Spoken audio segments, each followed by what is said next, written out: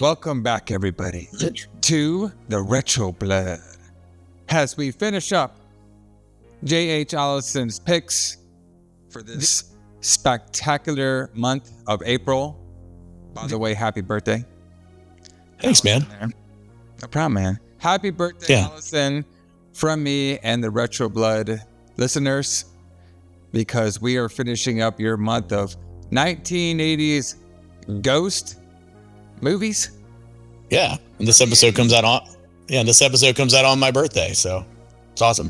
What an episode to come out on your birthday. That we're not over here. I've wanted you to see this movie for so long, so I cannot wait to see what you think about it. Boy, movies, drinking today too, everybody. So I might get canceled for all my remarks. You know how I do it on here. But nope. Everybody, if y'all like single moms who are just, God knows I do.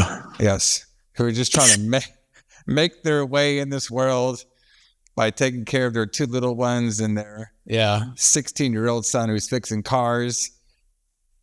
If y'all like therapy doctors that everybody in the planet was banging this girl, but he couldn't touch her at all. He was just trying to save her.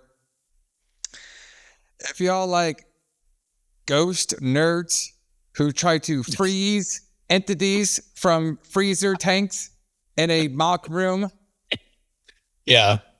And if y'all like to watch women get fornicated by against their will with a ghost, then boy, this is the review for you, because the Retro Blood is talking about one of the hardest movies to find, and I guess I know why now. Find off the internet. 1983's in the U.S. Yes. 1982's in London's The Entity. So, what's happening, Alison? How's your ghost humping going? How's that? Fantastic, man. I love this movie. I absolutely love this movie. I was really curious about what you would think about it. I've wanted you to watch this for a long time, and I wanted to know, like, when you watch this, I'm assuming you didn't really read anything about it before you watched it. No, I just was it at all what you expected? No. Okay. Like, I knew you kind of gave me some hints about it, like saying there was some like nudity in there. That's probably why we thought it was. That's why we thought we couldn't find it on the YouTubes, because there's too much nudity. Yeah. But like, no, I didn't know anything about this story, and I didn't know anything about this actually being based on a real life story as well too. Yeah. Yeah, we'll talk about that. So So this is a true story, basically, supposedly. Yes. So a couple of things before we get going. I want to shout out our boy Brett for helping us out finding this film. Apparently he knows how to download the things better than we can, which is always Brett's a pirate, so he's really good at that kind of thing. But Brett's a funny dude. He's a good friend of mine. Great guy. I want to have him on the show at some point. Yeah. He loves horror movies. I want him to be a guest on the show. We just got to figure out how to make the show work three ways. I'm not sure what we would do with three voices, but I think we can do that. You know what I mean? I'll ask the Retro Blood tech crew, which pretty much means my brother. And he'll tell me how to do it. Right? We got our own tech crew now. We're moving up in the world, man. Yeah, Brett's he helped us out with finding this, because he did. Fuck yeah, he did. Like, the only, obviously if you go on the illegal websites or something, you can find this shit. Yeah. But you can't find it off YouTube. There's no streaming that have this on there. Nope. And you can't buy it streaming. Nothing. You can't buy it streaming, nothing. And you can only get it off physical media. You could probably get some copies off eBay, but even on Amazon, you can't really get it. So, we always stress the importance, me and Alison over here, of physical media. Always got to have physical media, man. Because this is Yeah. This is why I always say that, physical media forever. Because I bought this movie on Blu-ray probably a year ago, maybe, because I did hear that Shout Factory was going to stop. It was going out of print through Shout Factory. And I thought, well, maybe somebody else would pick it up, but that's never happened. And when I suggested we do it, I did not think it would be this hard to find. And if you weren't on assignment so much, I would have just loaned you my Blu-ray and you could have just watched that. But it's really hard to like, coordinate that. So luckily Brett was able to give us a copy. There's a reason I'm on assignment this week, because I am actually traveling the U.S. to figure out with my ghost hunting clan. It's a side project I do. And we're going to figure out how to capture some of these ghost entities. And the plan is freeze them. When we freeze them, we want to see if they're hard up in action or not. Exactly. You know what I mean? So I think that's a worthwhile scientific pursuit there for you. Yeah. But yeah, so basically if I had not bought this movie, like this is a movie that could just disappear off the face of the earth. The physical copies that exist now, maybe the only ones there ever are. And that's why physical media is king. It's king, man. It's king stuff over here. So, but we got a lot to talk about when it comes to this movie. There's a shit ton of fun stuff I found on here. Fuck yeah. I'm pretty sure you know Alison, but we'll get into it though. Yeah. Like every retro blood on here, let's talk about what is happening in the world of the pro wrestling and the metal music around the release date. Now, the release date I have, Alison, is the U.S. one. Do you have for your metal music, do you have the U.S. one or the European one? U.S., February 4th, 1983. Yeah. Yeah. So this movie did come out in the Europes. Okay. Yeah. It came out in the United Kingdom September 30th, 1982. But we're going to talk about the U.S. date of February 4th, 1983. All right. So I'll go first with Mike because it's kind of interesting. And I'm not sure if you watched this yet, because I think it aired on Tuesday of this week, actually. But did you get to catch the Dark Side of the Ring on Superstar Billy Graham yet? No. So I meant to bring that up off camera. I did not realize until the other day that they'd started a new season. Yeah. How are you watching them? Because we don't have Sling anymore. Yeah, we don't have Sling. So I used to get them off the YouTubes, but then they stopped that too. So I bought the season off of Amazon. So I kind of caved in and did that. But I think if you find like Vice TV or something from Vice TV, you could probably watch this stuff off that now. Okay. Maybe it's on their app. Yeah, it could be on their app and stuff. But yeah, I just bit the bullet because I was like, fuck it, whatever. It's only like $15 or something. That's not too bad. Yeah. But basically what I want to talk about is the superstar Billy Graham. Okay, on here, he was actually in the main event, of the February 3rd WWF show that was out of Freehold. All right. And it was actually in like a high school gym, which we talked about those high school gyms. They used to run some before too. Now they actually ran a show in Bridgeport, Connecticut, the Central High School gym. They ran in another gym one in there too on February 4th of 1983. But the superstar Billy Graham wasn't a part of that February 4th show. He had a substitute of Big John Studd. But the main thing I want to talk about, because I actually was watching some of that Dark Side of the Ring. I didn't get to finish it yet. Yeah. I'll probably finish it by the time the show airs. But I was watching it, and we talked about Superstar on here before, about how he's like pretty much one of the most copied wrestlers of all time. Like if it really wasn't for Billy Graham, we wouldn't have no Hulk Hogan, no Jesse Ventura, because what he was doing in like the late 70s and stuff was like revolutionary when it comes to all these wrestling. Like he really changed the game a lot. With his body, promos, everything. Yeah. Yeah, I was going to say, because like he was like the first body guy in wrestling, probably. Maybe not the absolute first, but he was probably the first like big wrestler to become a body guy. Because I can remember, or even recently, watching like those war games from the early 80s.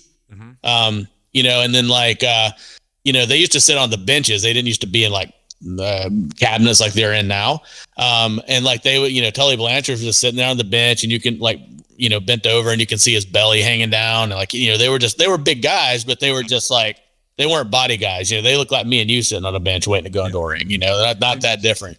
So, but yeah, he was like the guy that I feel like for the mainstream created.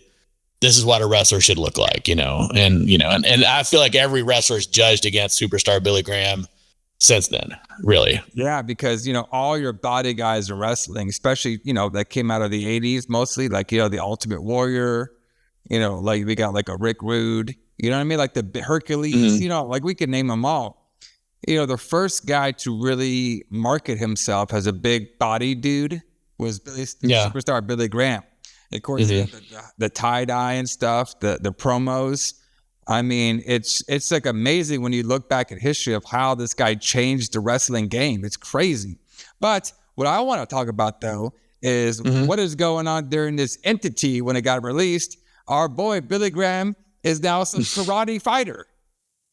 We've talked about that before. We wore the karate outfit. That's insane. Yeah, so insane. That's what he was wrestling right now. So basically, Billy Graham was in the main event against Pedro Morales. Okay. And he was doing that karate gimmick, which everybody was so like, what is going on here? Why is this tan, bleach blonde, tie-dye dude who we just saw maybe like a couple years, I think after he lost the belt to Bob Backlund, I guess like he took some time off from wrestling. And then when he came back as this, some bald, mustache karate dude who was like a lot slimmer during this time. Very interesting. So when I was watching the Dark Side documentary, they basically said like, after he lost the belt to Backlund, he kind of like, I guess he was kind of like disgusted a little bit with the way he got booked and treated, because what I didn't realize was, okay, so I don't want to get a long tangent because it's gonna be, we gotta get into the movie, but the plan was that Vince McMahon Sr. used to book things out years in advance, which is crazy to think about nowadays. You could never even do that shit. No, you couldn't do that now. You might be able to do some stuff like that now, but not like anything like that. But he liked to stick to his plan. Okay. Yeah. So basically, superstar Billy Graham was supposed to be a transitional champion, all right, to get the belt on Bob Backlund. Okay. Okay. Bruno Sammartino basically was like their head guy. He had the belt for like 9 years. Okay. And basically his time was kind of coming out. Maybe it was kind of getting time for him to drop it. We need like a new babyface star. So Vince McMahon Sr. didn't want to have Billy Graham, this jacked up personality dude, to be like his champion. He wanted Bob Backlund, which is crazy because it's just crazy in so many factors when you think about this. So Vince McMahon Sr. wanted to have goody two-shoes Bob Backlund, who could barely do any kind of promos, but he was a good old boy, didn't do drugs, alcohol, good old babyface, good old guy, okay? Yeah, right. But you have the guy that we're getting the belt on first to do the transition is some jacked up toy figure, some highly personality talker, bringing people into the building. He's a larger-than-life superstar. He's big, he's muscular, he's tan. I mean, Vince McMahon Sr. basically had Hulk Hogan before Hulk Hogan was even a thing. And he didn't want to go with the Hulk Hogan figure. He wanted to go with a goody two-shoes baby face. This is crazy to think about. It's crazy to think about now. I think it makes sense for the time because for two reasons. I feel like Bob Backlund was more of a company man than Billy Graham might have been, and he wanted that white meat baby face to to be the super good, clean cut guy, and you weren't going to get that from Billy Graham either. Like he wasn't like super clean cut. I mean, he just wasn't. He was more a counterculture. Like you wore the tie dye. Like he's like a late 60s kind of almost hippie sort of guy in a way. So I could see why he would want to go with Backlund from what he wanted at his time because he wasn't going to make Hulk Hogan a face either, until like that didn't happen until Vince Jr. took it over. Pretty much. So, yeah. But yeah, I mean, I see why he would want to do that, although it doesn't make sense to us now. Yeah. But what did you think about the superstar Billy Graham karate guy? It's not my favorite. It's not my favorite. I don't know. Like, I just want to see him wearing his tie-dye, doing his amazing promos and kicking ass. I don't want to see him wearing a karate outfit. Exactly. I don't want to see that. So around this period of 1983, that's when he came back, basically kind of back to wrestling. Mm-hmm. All right. And then people were just shocked. Like, why is this guy bald? Why is he a karate guy? Why is he slimmer? And then he wouldn't last. Like, he only did that gimmick for maybe this whole year until like 1984. And then later on, we would see him emerge in Crockett. And that's when we got the superstar Billy Graham, the jacked up one with the mustache, the tie-dye. Okay. But then maybe he was going out there and facing like Abdullah the Butcher. Remember, we talked about him as superstar Billy Graham and Abdullah the Butcher one time. So it's just crazy his projection. But it's very interesting to see that when the entity came out, our boy superstar Billy Graham was some bald karate fighter. Do you think he would have fought off that ghost that was fornicating with our main star? You think he would have done I'm pretty sure that he could have fought off pretty much anybody because he was a badass. Because we saw Alex Rocco try to take a chair to it, and his chair shot was terrible. So I'm sure that superstar Billy Graham could do a much better chair shot than him. He could have got him. He would have just like because that's what karate is. That's all karate is. Yeah, get off. Is that? That's what you got to do, right? Get off her. It's like.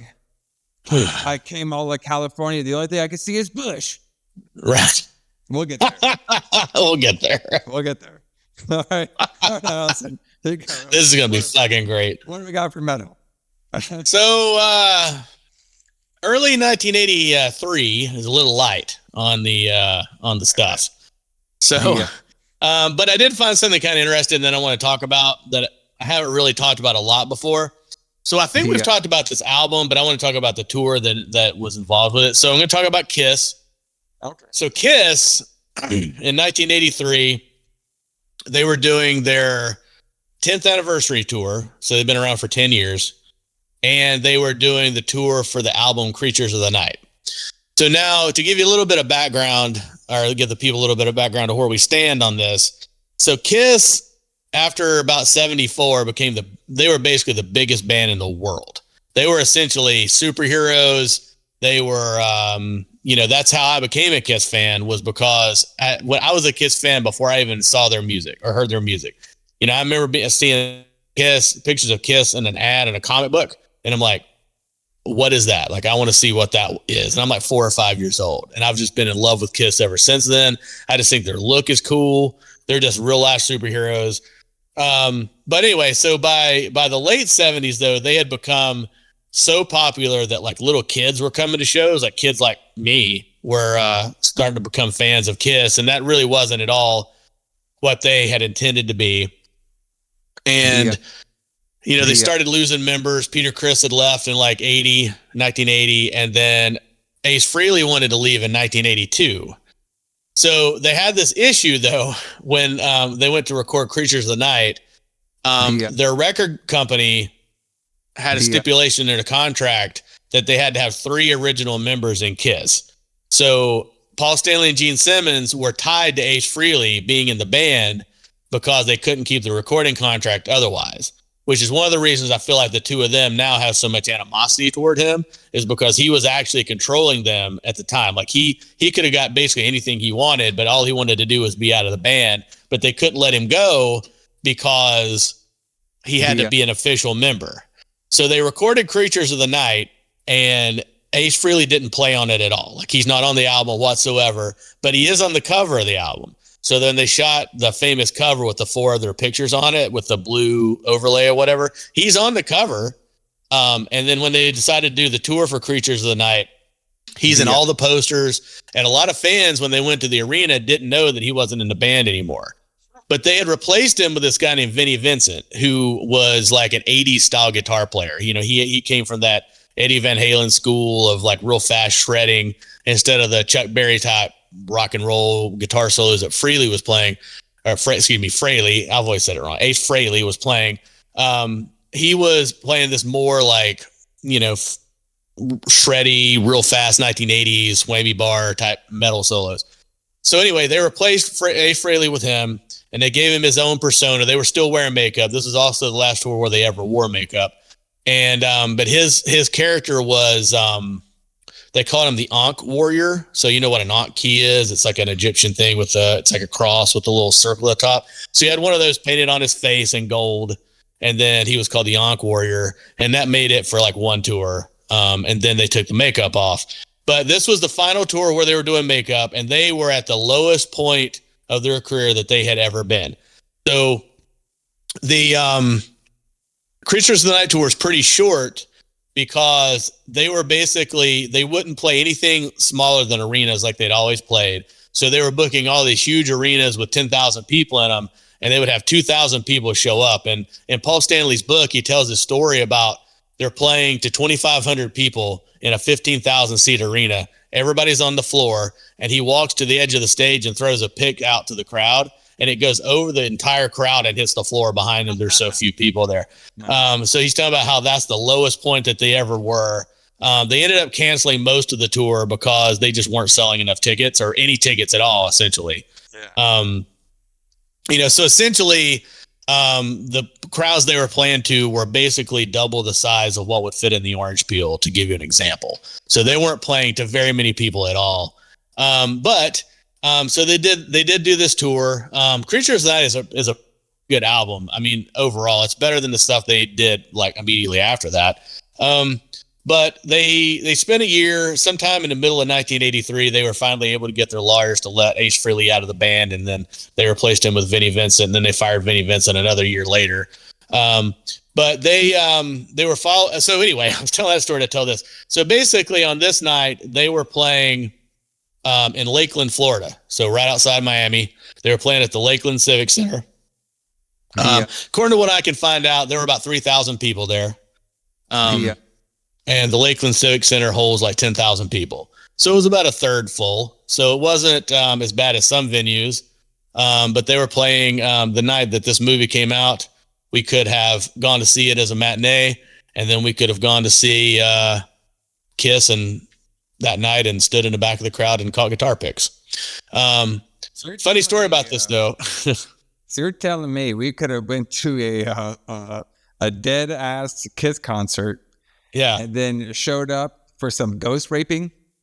Yeah, we could have gone and seen the Ghost Rape movie and then gone to see a dead ass Kiss show. Yeah. So yeah, it would have been what a night that would have been. Yeah.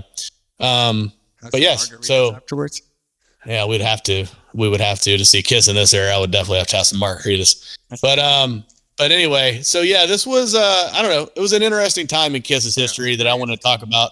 And they look cool. Like the stage set had like like the drum riser where the drums were on was a tank that actually shot and exploded. And, they would shoot out over the crowd, like confetti and stuff out of the tank cannon. And Gene Simmons had this cool, like gold armor. They just looked great. They looked awesome. This should have been a great time for Kiss, but they were at the lowest peak ever. They were one of those bands that they hadn't figured out how to transition into whatever the 80s was. They were still like considered a 70s band. They would figure that shit out pretty quick though. So like the next year they looked like they were in a fucking hair band. So they would figure it out. And then we talked about that before on the show, where the Kiss, they basically took off their makeup. Yep. And they became like kind of like a hair band in a way. Yeah. And then they became popular again. Yes. They became popular. And then they later on in the 90s, they put back on the makeup. Yeah, because then they got not popular again, and then they put the makeup back on to get popular again. So, whatever sells, that's what Kiss will do. Because whatever makes money. Yeah, he'll sell anything, brother. He will sell anything. He'll put Kiss on anything. Do you think Gene Simmons would have his own entity, branded entity character? Maybe. Maybe. Like I think that he would fit the Kiss Ghost, maybe. Yeah, the Kiss Ghost. Like like this entity, like this single mom raping entity was probably not too different than Gene Simmons' personality during parts of his life too. So he probably would just be hanging out with the entity and like talking about their single mom fucking or whatever. This show is gonna get wild. It is. It's gonna be a fun one over here, brother. Everybody jump on board. It's gonna be a explicit content warning from this one. Yeah, let's put the kids to bed before this, because this is going to be some shit. So and this is your pick, Alison. It is my pick. This is your childhood favorite movie. Well, I don't know if I'm saying it's my childhood favorite movie, but it is one. I love this movie. I absolutely think this movie is fantastic, bro. Okay, first of all, before we get into who booked this shit, if I would have shown up at the theater, I don't know what the fuck I think. Like, because okay, like the first scene happened, right? Of her getting like slapped and she's on the bed and she's getting with the pillow. And that's like I don't know anything about the story, right? Right. And I'm thinking like, okay, maybe the ghost is trying to choke her, but it looks like he's raping her. Yeah. And I was like, there's no way. There's no way we're gonna have a whole fucking movie of this girl getting raped by some hollow ghost or whatever. And it's 2 hours and it's 2 hours and 5 minutes long. This is not 90 minutes long. I told you all these movies were kind of long, but yeah, it's over 2 hours. And the scene you're talking about takes place 6 minutes into the movie. Yeah, 6 minutes. Yeah, it's crazy. Yeah, 6 minutes, and then from then on, it's all like 2 hours of this. Yeah, it's very intense. It's very intense. It actually is a really good story for the ridiculous nature of it. You know what I mean? Like, okay, we'll get into it because it's a very odd story, but it's been studied a bunch. So. Right. Speaking of, let's just get right into it. So, who booked this shit? This shit? So, the actual director of this film was Sidney J. Fury. Okay. Yeah. Canadian director. Okay. Did a bunch of stuff that I never really heard about before. Yeah, the only movie that he's ever done that I can remember seeing is the Ipcris File with Michael Caine. Yeah. Which is not about ghost rape, but yeah. And they did do a Superman. He did do a Superman. Oh, I forgot he did Superman 4, the worst Superman movie. Like I gotta forget. I try to forget that exists. Jesus Christ. And of course we have Barbara Hershey. She's in here too. Pretty well known actress around this time, I would say, for sure. But some about the movie. So I think the most interesting part was probably that this story was a book, also. Yes, and it was also based on a real life incident that happened to, and this is a real name for everybody that doesn't know this, Doris Bither. Yes, Doris Bither. Based on the true story of what happened to Doris Bither. So apparently, Doris Bither claims that she was sexually assaulted by 3 hollow ghostly figures, and she was raped by these ghostly figures. Okay. Yes. Now, they've done many haunted specials about her and her case. They have, they've had this guy on here even taking photographs to see that she had a poltergeist, and he's convinced that she does because of these photographs that he took of her. She had this whole like Dateline special, whatever, on it, and it actually wasn't toward the end, like a little bit afterwards, like before the guy wrote the book, where she proclaimed that these entities actually sexually abused her, which is very interesting. And I have a lot of detailed questions I would like to ask her, but I don't know if they would probably kick me out of the press room. Most likely, yes. It would be worse than when John Cena walked out of the presser after saying that everybody was giving him leading questions. But yeah. I mean, like, how drunk do you want me to be to ask these questions? Because I have about 3 of them that I want to know. So I knew that this would be tough for you because you don't really believe in ghosts. Yeah. I mean, you haven't specifically said that, but from your demeanor and the way you talk about it, you don't really believe that ghosts exist. Yeah. You don't seem like you do. And so like you think that this is like, you think this is ridiculous. Well, like it's just absurd. I would be like Dr. Phil, not Dr. Phil, but the Dr. Phil in this movie. I'd be like, basically. I'd be like, yeah. Where it's all in your head. This girl, like, it's all in her head. Bitch is crazy. But you know what? I'd fuck her. Like, why does she need a ghost to fuck her, brother? You know what I mean? I'm right here. That's what he was thinking. But only the parapsychologists believed her. Like the ghost busting people are the only people that believed. Well, of course they believe. You're right. That's true. Bro, these ghosts. That's right. That's true. All right, I can do some ghostly shit around here right now. They'd be like, oh fuck, this guy's haunted. That's true. That's true. They'll believe anything. So you're right. Those kids are. That's sad, really. So a couple things that are fun. So screenwriter Frank D. Falletta, I probably fucked up that name. I don't know how to say that guy's name either. Adapted the screenplay from his novel. He's the guy that wrote the book. Alison, I want to know, at very late nights when you were a child, did you ever read the book, The Entity? No, I've never read this book. I want to read it now. Like I should just find a copy to use bookstore and read it. After seeing that, I didn't watch this movie as a literal child. Like I probably watched this movie when I was like 13 years old or something. But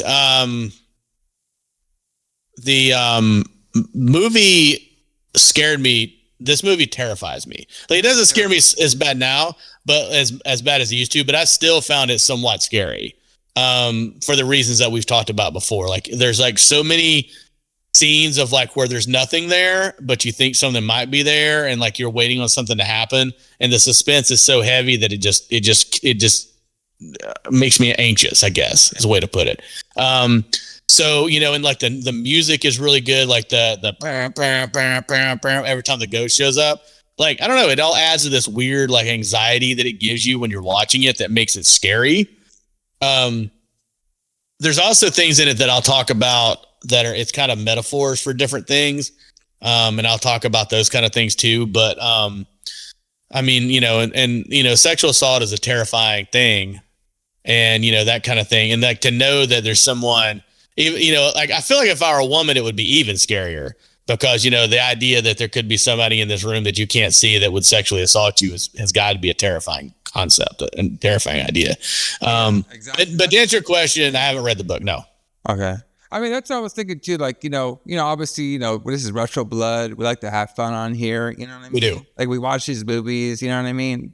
Most 80s horror movies are goofy or whatever. But, every once in a while, you'll come across a movie like this one where the concept is very ridiculous. Like, ghostly entity sexually assaulting the woman. But, I mean, the story was, what I liked about this story was they viewed it from all angles. They viewed it for her just having trauma. Like, they viewed it for her having, bad relationships with men, right? They viewed it for it could actually be a spirit, you know what I mean? Yeah, giving her the stuff, you know what I mean? So they did all the angles that I thought was really good. It was kind of like more like this movie is actually a little bit more like a documentary style in a way.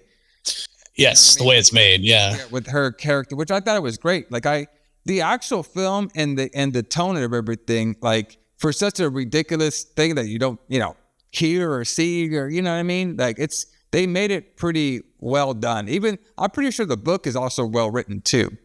So, but a couple things. So, in a rare interview with Rogue Magazine in July of 2012, director Sidney told journalist Michael Doyle that he did not consider The Entity to be a horror film in spite of its extremely imaginary, unsettling atmosphere of horrific plot. Instead, Fury said he considered The Entity to be more of a supernatural suspense movie. Which I'm not sure how that's different than a horror film. Well, so it's not a horror film; it's a supernatural suspense film.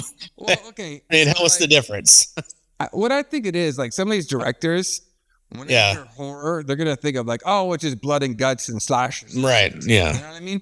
But horror has a genre that's actually like very wide and open. You know what I mean? Yes. It can be all kinds of things. It can be all kinds of things. When you get an action film, you know what I mean? You're going to have some stuff blowing up. You're going to see Tom Cruise and shit. You know what I mean? When you get like a Western, you know you're going to be out in the West and stuff. But when you get a horror film, it's could be multiple different layers of different styles of movies. So yes, the supernatural suspense movie would fall under horror, but you know, a lot of people don't want to be like just like stuck in the horror genre, you know? Yeah. Like I feel like a lot of people feel like they get typecast. Yeah. Like Wes Craven got typecast as a horror director, and so did John Carpenter. Yeah. So he probably just didn't want that to happen to him, where he's like, "Oh, I can make horror movies now." But yeah. Anyway. Yeah, so also, if you're also confessed that initially avoided researching the case upon the entity is based on he did not want to judge the characters and the story in any way. All right. So basically, you know, he wanted to, you know, do his own style characters. Neither he nor actress Barbara Hershey met with Doris Bither, the woman on who the characters of Clara was based on. So basically, he didn't want to, you know how like, you know, you're directing a film and everything and your source material, you want to go find out for yourself the source material, you know what I mean? Like go see the true events or whatever and talk to them, interview him and stuff. I think he was mostly just wanting to go off the book and kind of like form his own version of the film himself with the characters of the film himself. Yeah, like he didn't want to meet her to judge her whether he thought she was telling the truth or not, I think. Exactly. A lot of people, even Sydney included, thought that this Doris girl was just some crazy drug addict. Okay. Yeah. So, which, you know, I haven't done extensive research on Doris of her, you know, her experiences, but, you know, hey, that's her experiences, I guess. But I mean, supposedly, according to her, that it, like she moved. So she ended up, we'll talk about this too, but she ended up moving to Texas from California. Yeah. And the movie, at the end of the movie, it says this took place in 1976. But from my understanding, it was actually 1974. Not that that really matters, but my understanding is it was 1974. But according to Doris, she moved from California to Texas, and the hauntings continued. Not as frequent as they were, but they haunted her for years. So she for the rest of her life, from my understanding, still claimed that this was all true. Yeah. And she died in 1999, and she swore this was all true for the rest of her life. Yeah. She never went back on her story. So a couple of things. So Barbara Hershey, apparently on your DVD that you have, the Blu-ray, she actually defends this movie a lot. All right. Yes. So she said, I resent being put in the position of defending the film. All right. We worked really hard not to make it exploitive. All right. Obviously, I agree with that. Yeah. She was going on saying, like, you know, obviously rape's ugly. You know, it's one of the ugliest things in this world that could happen to a person, which is true. It's murder of a sort, you know, because you're basically murdering the person's, you know, character, and like, you know, you're breaking the boundaries of a person. And I think she's just trying to defend the movie where they were trying to, you know, show that, you know, rape is, you know, can cause a person like this character that she was portraying, Carla, to go insane. You know what I mean? Right. And it also was showing basically like, yeah, I mean, I'm getting sexually assaulted and nobody's believing me. Right. So, and then things like that happen. Yeah. You know, like, and I think that's part of the story of the movie too, is that women get sexually assaulted all the time and people don't believe them. You know, and that's kind of that kind of a parallel what we're talking about here. But yeah, and on the Blu-ray, I did watch that interview, and like she's talking about how, like, even though there's a lot of nudity in it and there's some sexually explicit stuff, the movie is not really, you know, people have made it sound like it's some kind of porn movie or something. And it's not, it's not like that at all. Like none of those scenes where she's being assaulted, I don't really see how anyone could find those like sexual in a way. Like, I don't see how you could find that arousing. Like, she's clearly being assaulted in these scenes. Like, you know what I mean? So I don't know. I don't feel like she needs to defend it, but yeah, it's not like the nudity they were doing with her character was like, you know, a nudity you would do with somebody off like Friday the 13th. You know what I mean? Right. It's just hot girls showing titties to show titties in a horror film. No, there was reasons why we had nudity in this. You know what I mean? To show what was happening to our main character. And she's really only technically nude in 2 scenes. The scene in the bathroom and then the scene maybe only the bathroom scene where she takes off her clothes and takes a shower. We had the bush scene. That's not her though. Oh, it's not her? No, so we'll talk about that. So the way they did that, I was amazed when I found this out. Yeah. So that is a fake body. They built that, and she's underneath the bed. Okay. And her head is obviously her, because I always wondered that, because like when it shows like the entity grab her boobs and like you can see the handprints and the fingerprints in her boobs, like where it's pushing them down, the skin down. Like I'm like, how the fuck did they do that on Barbara Hershey? Like how did they do that in 1982? You know, and now you just do CGI for that. But how did they do that? But they built an entire fake body, and it had like not animatronics, but whatever that when they use air to move things. That's what they did. Basically, they had a guy underneath there that would move the body, and then they would have like a guy under there that controlled where the entity was touching her at and making her skin. Oh, interesting. Yeah. Have fingerprints. So that body is like a fake body. So that's not really her. So she's actually nude in the scene where she's in the shower or she's taking the bath, and then the scene where she's changing her clothes when she gets raped the first time.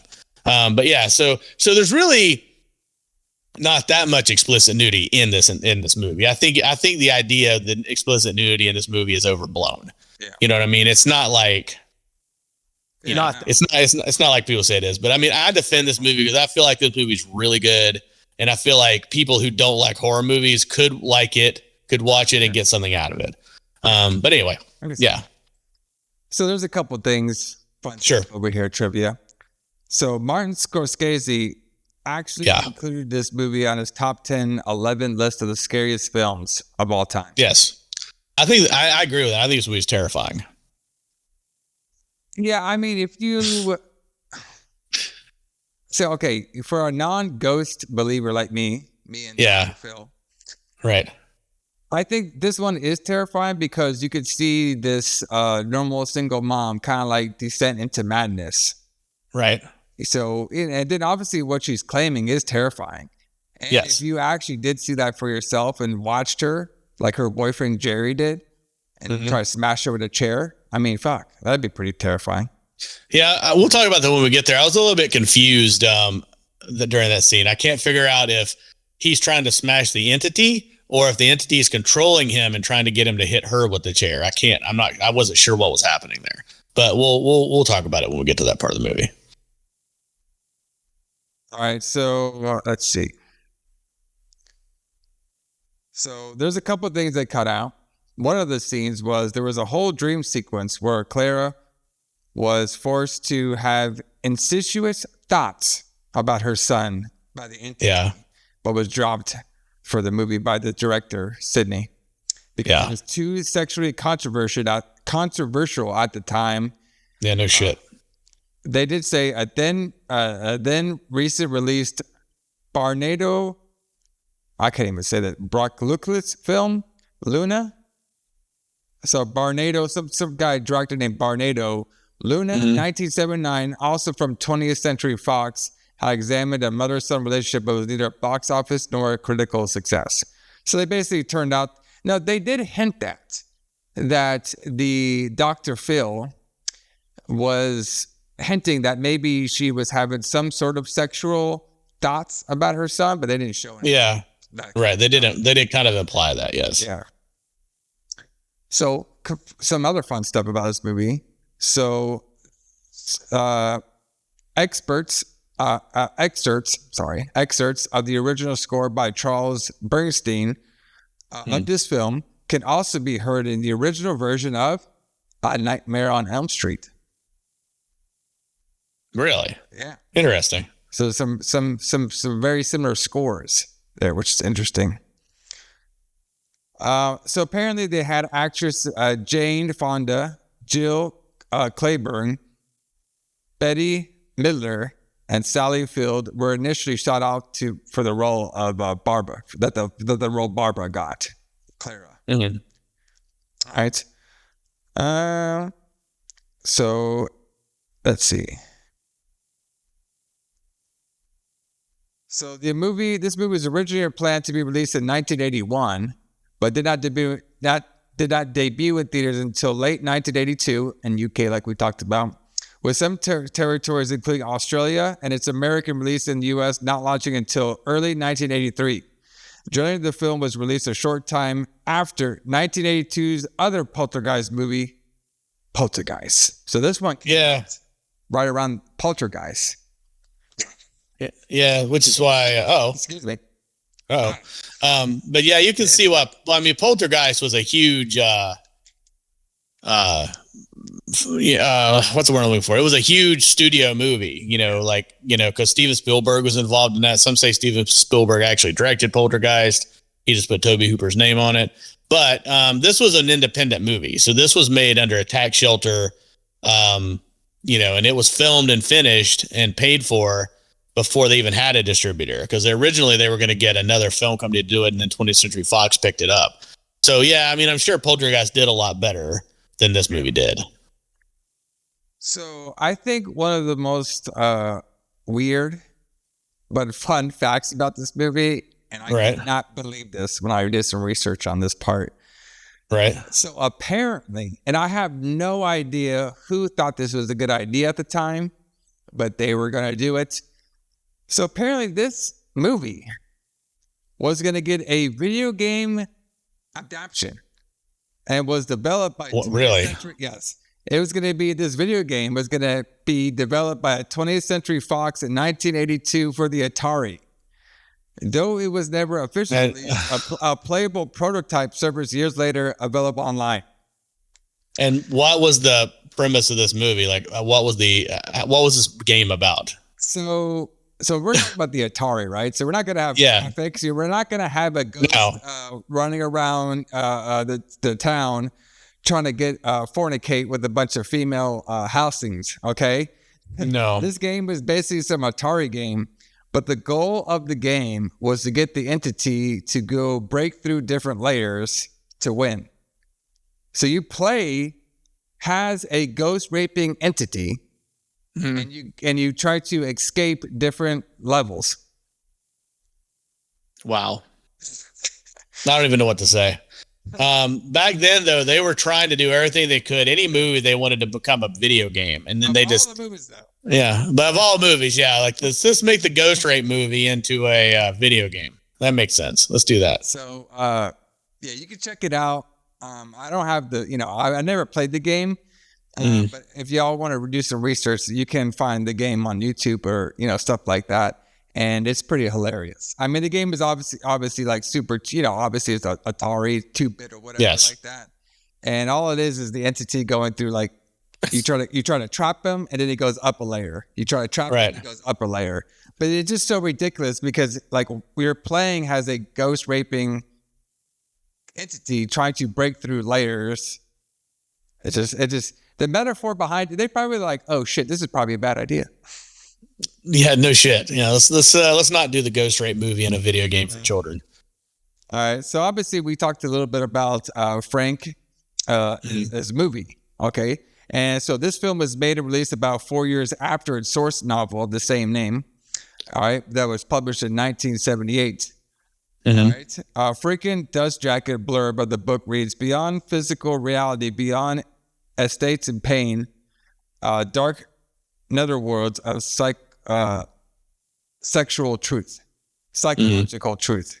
So, a couple things, like we talked about before, Poltergeist did come out this same year. Both movies about evil spirits assaulting a family. Both movies, in fact, feature a scene where the young mother seems to be sexually assaulted by evil forces, though the entity spends the entire movie dwelling on that in lurid and violent detail. Well, Poltergeist just has one brief scene where that is inferred. So we have two movies about some horny ghost basically going on over here. Yep. So I thought this is pretty interesting. And this movie obviously is played by Barbara Hershey.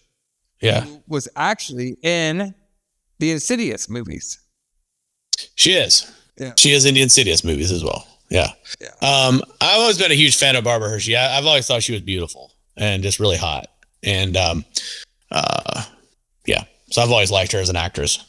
Yeah, sure. She was in the Insidious, and I believe she played like that She was like the spiritual doctor girl, right? What's her name? Yes, I don't remember her name, but yeah, she was. That's who she played in those movies. She was like the psychic or whatever, right? And she had like a psychic. I can't really remember. Lauren Lambert. Mm-hmm. All right, what's her name in that one? But yeah, she was like the psychic old lady girl that showed up and took over or whatever. I think she died in the first one, but then she kept coming back or something like that. I think that's her character. I'm not exactly sure. I've only seen like the first one. Yeah. I think I've only seen the first one. She's been acting since the 60s, but she didn't really get famous until like the early 80s. I don't believe around this time. She did a bunch of big budget hit movies right in a row. Like she's in The Natural and Right Stuff and some other things. The Stuntman. That's the things I can think of that she was in off the top of my head around this time. So the last thing, which I thought was pretty funny as well. This film was also inspired Ghostbusters, 1980. Really? Yes, where the lead character, who also is a parapsychologist, those people who try to find like ghosts and demons and shit. Mm-hmm. Like the scientist in this movies, he also attempts to capture ghosts in a electric apparatus. So there you go. Yeah. There you go, brother. It all makes sense now. It all makes sense now. It doesn't. It's weird though. I wouldn't think this was. I would never think that this would inspire Ghostbusters. Like if you watch The Entity and say, "Let's make a movie like that," and then it turns out to be Ghostbusters. That'll make sense to me. You know what I mean? Yeah, it does make sense to you. We don't. I mean, there's a lot of sexual tension in Ghostbusters, so maybe the entity was lurking itself around there. You know what I mean? True. Good point. So that's a couple little facts about the entity that I thought that were pretty fun. Do you got anything else, Alison, before we get into the full review? Not that I can think of. That was all the trivia that I could find. Other than like I told you about the body they made for that scene where Alex Rocco's watching her. That's a Stan Winston effect. We've talked about Stan Winston before.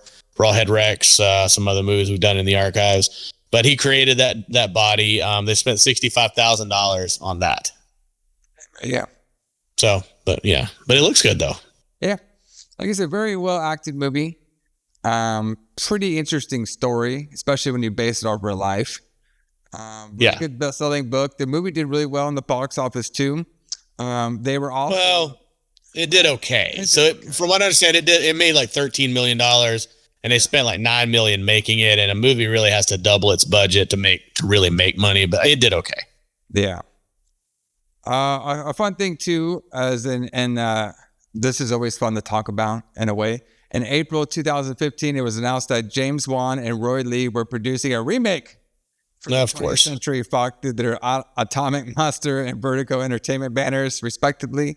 The film would be written by Chad Haynes, all right, and Carly W. Haynes. In 2020 interview, Carly Haynes commented that the screenplay had been completed, but the project's future was undetermined following Walt Disney's company's acquisition of 20th Century Fox. So it got booted.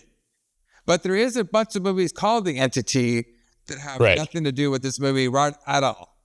As we found out when we were trying to find it. Exactly. So this movie was hard as fuck to find. It was. But everybody, don't worry about finding the movie because we got you covered. We're going to talk about it right here. We're going to talk about the whole thing right here because up next we're talking 1982/3's The Entity. Yeah. Hey, wake up, everybody. It's a gorgeous day. Gorgeous day. Come here. 20th Century Fox presents the story of Carla Moran. The most extraordinary case in the history of psychic research. Everything goes loose and went crazy, and everything was shaking, the bed was shaking, and the walls were shaking. And Like an earthquake. no, it wasn't like an earthquake. It was much stronger than any earthquake. Oh, wait a minute. I don't really understand this. You were attacked? Or you weren't? It happened. I was raped. You were raped by whom? I don't know. There was no one there. A team of experts will investigate her life Why does he attack you, Carla? Not anyone else. Why should he go to such lengths to support this delusion? And they will find more than evidence.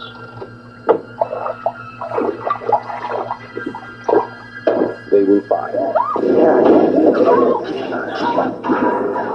the entity. All right. So we start off with a young single mom named Clara doing some hard work at work, living a single mom life, going to school, trying to support 3 kids. Where she had some ex-husbands run out on her or didn't want to commit. We'll find out later. She comes home after a long day, Alison, and everybody out there. And she talks to her son, Bill, who's working on some cars. And Alison, I'm not sure if you realize this, but while she was talking to Bill, did you realize that we had a AEW reference going on during this time? I did not know that. What AEW reference did we have? Because we had the mighty Elton John playing Saturday Night in the background. Oh, right. The theme to Dynamite. I haven't watched Dynamite in so long. Collision, whatever. Yeah, I haven't watched the Collision in so long that I didn't. I remember that was the theme. I'm not much of a fan, to be honest with you. Yeah. I'm gonna send that entity after you right now. Yeah, the AEW entity. You better be ready tonight, boy. All right. So So basically, we also get a hint that Claire is dating somebody named Jerry, but he's like gone. Carla, Carla, Jerry's the boyfriend. Okay. Yeah. So Carla, she goes upstairs, she's getting ready for bed, and then out of nowhere, gets fucking slapped. And at first I was like, what the fuck is going on here? And then she gets like thrown to the bed and so you didn't know. So when you started watching it, you didn't know any of this was going to happen. No. Like you didn't know there was like a sexual assault theme to this movie or anything. Okay. No idea. So was that shocking? Like when I first saw this movie, it was shocking, but I was like 13 years old. So I mean, is that like we were just like, holy fuck, what's going on? Because we're literally 6 minutes into this movie. Like everything that you described is all that's happened in this movie. She goes to work during the credits. She goes to school at night. She comes home and talks to Bill, goes into the bedroom, and then this happens. Yeah, I mean, our first, I didn't know anything about the film because when I haven't seen a film for this show, I like to go, I like just go in and see what happens. You know what I mean? So I could talk about it like I'm seeing it for the first time. I don't know what I would have thought when I was like 13, 15 or something, but as a older man like I am now, I couldn't really tell at the beginning, see what it was. So you can see by my notes, it was like, well, the ghost slapped her, and I put the ghost is either raping her or choking her. I'm not sure. That's why I put maybe a little both because it puts the pillow on her face. Exactly. There's a lot of really strange. Whoa, what the hell? Hold on.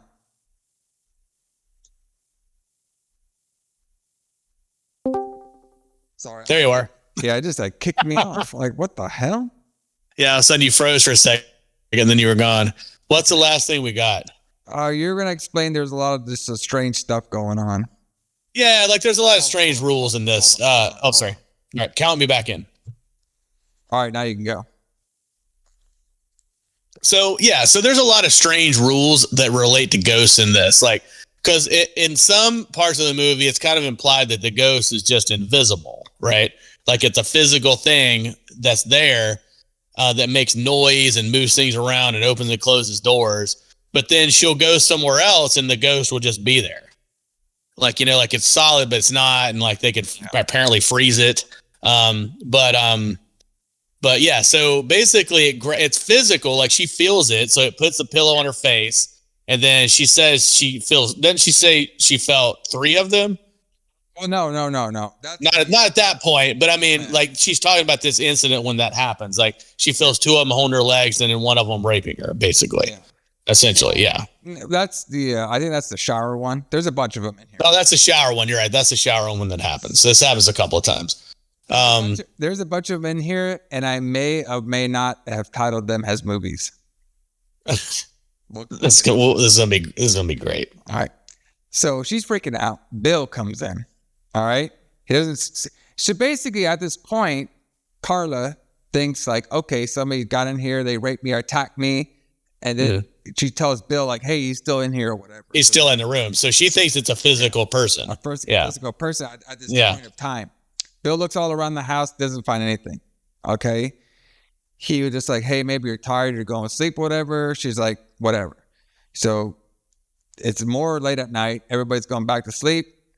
Carla goes back into the bed. She relaxes. And now stuff seems to move around like ghost shit. You know what I mean? Like where they're like shaking stuff and everything's shaking, breaking everything. That's when she freaks out and she takes the kids and they get on out of there. Okay. So of course, she asked Bill and the kids, hey, did you all hear anything? And they're like, no, we didn't hear anything. Okay. But she's still freaked out because of everything that's going on in her house. So she takes her family over to Sydney, which is her best friend. Yeah. Okay. And they stay the night over there. And Sydney and her husband strangely have Southern accents for some reason. Yes. And her husband, George, was low-key making me laugh during this whole film. He's hilarious. He's like, hey, first of all, when they're there, okay, this traumatic experience happened to Carla, and Carla's like talking to her friend and everything. Yeah. And George's like, you gonna come to bed? and then they're the next morning, they're like making coffee together, and they're talking about like, at first, like, Sydney doesn't know why she showed up last night or nothing like that. And she's asking her like, what's going on over here? And she's saying like, well, I was raped last night. And then Sydney's like, what the fuck? Oh shit, you were raped and everything? Yes, yeah. And she's like, and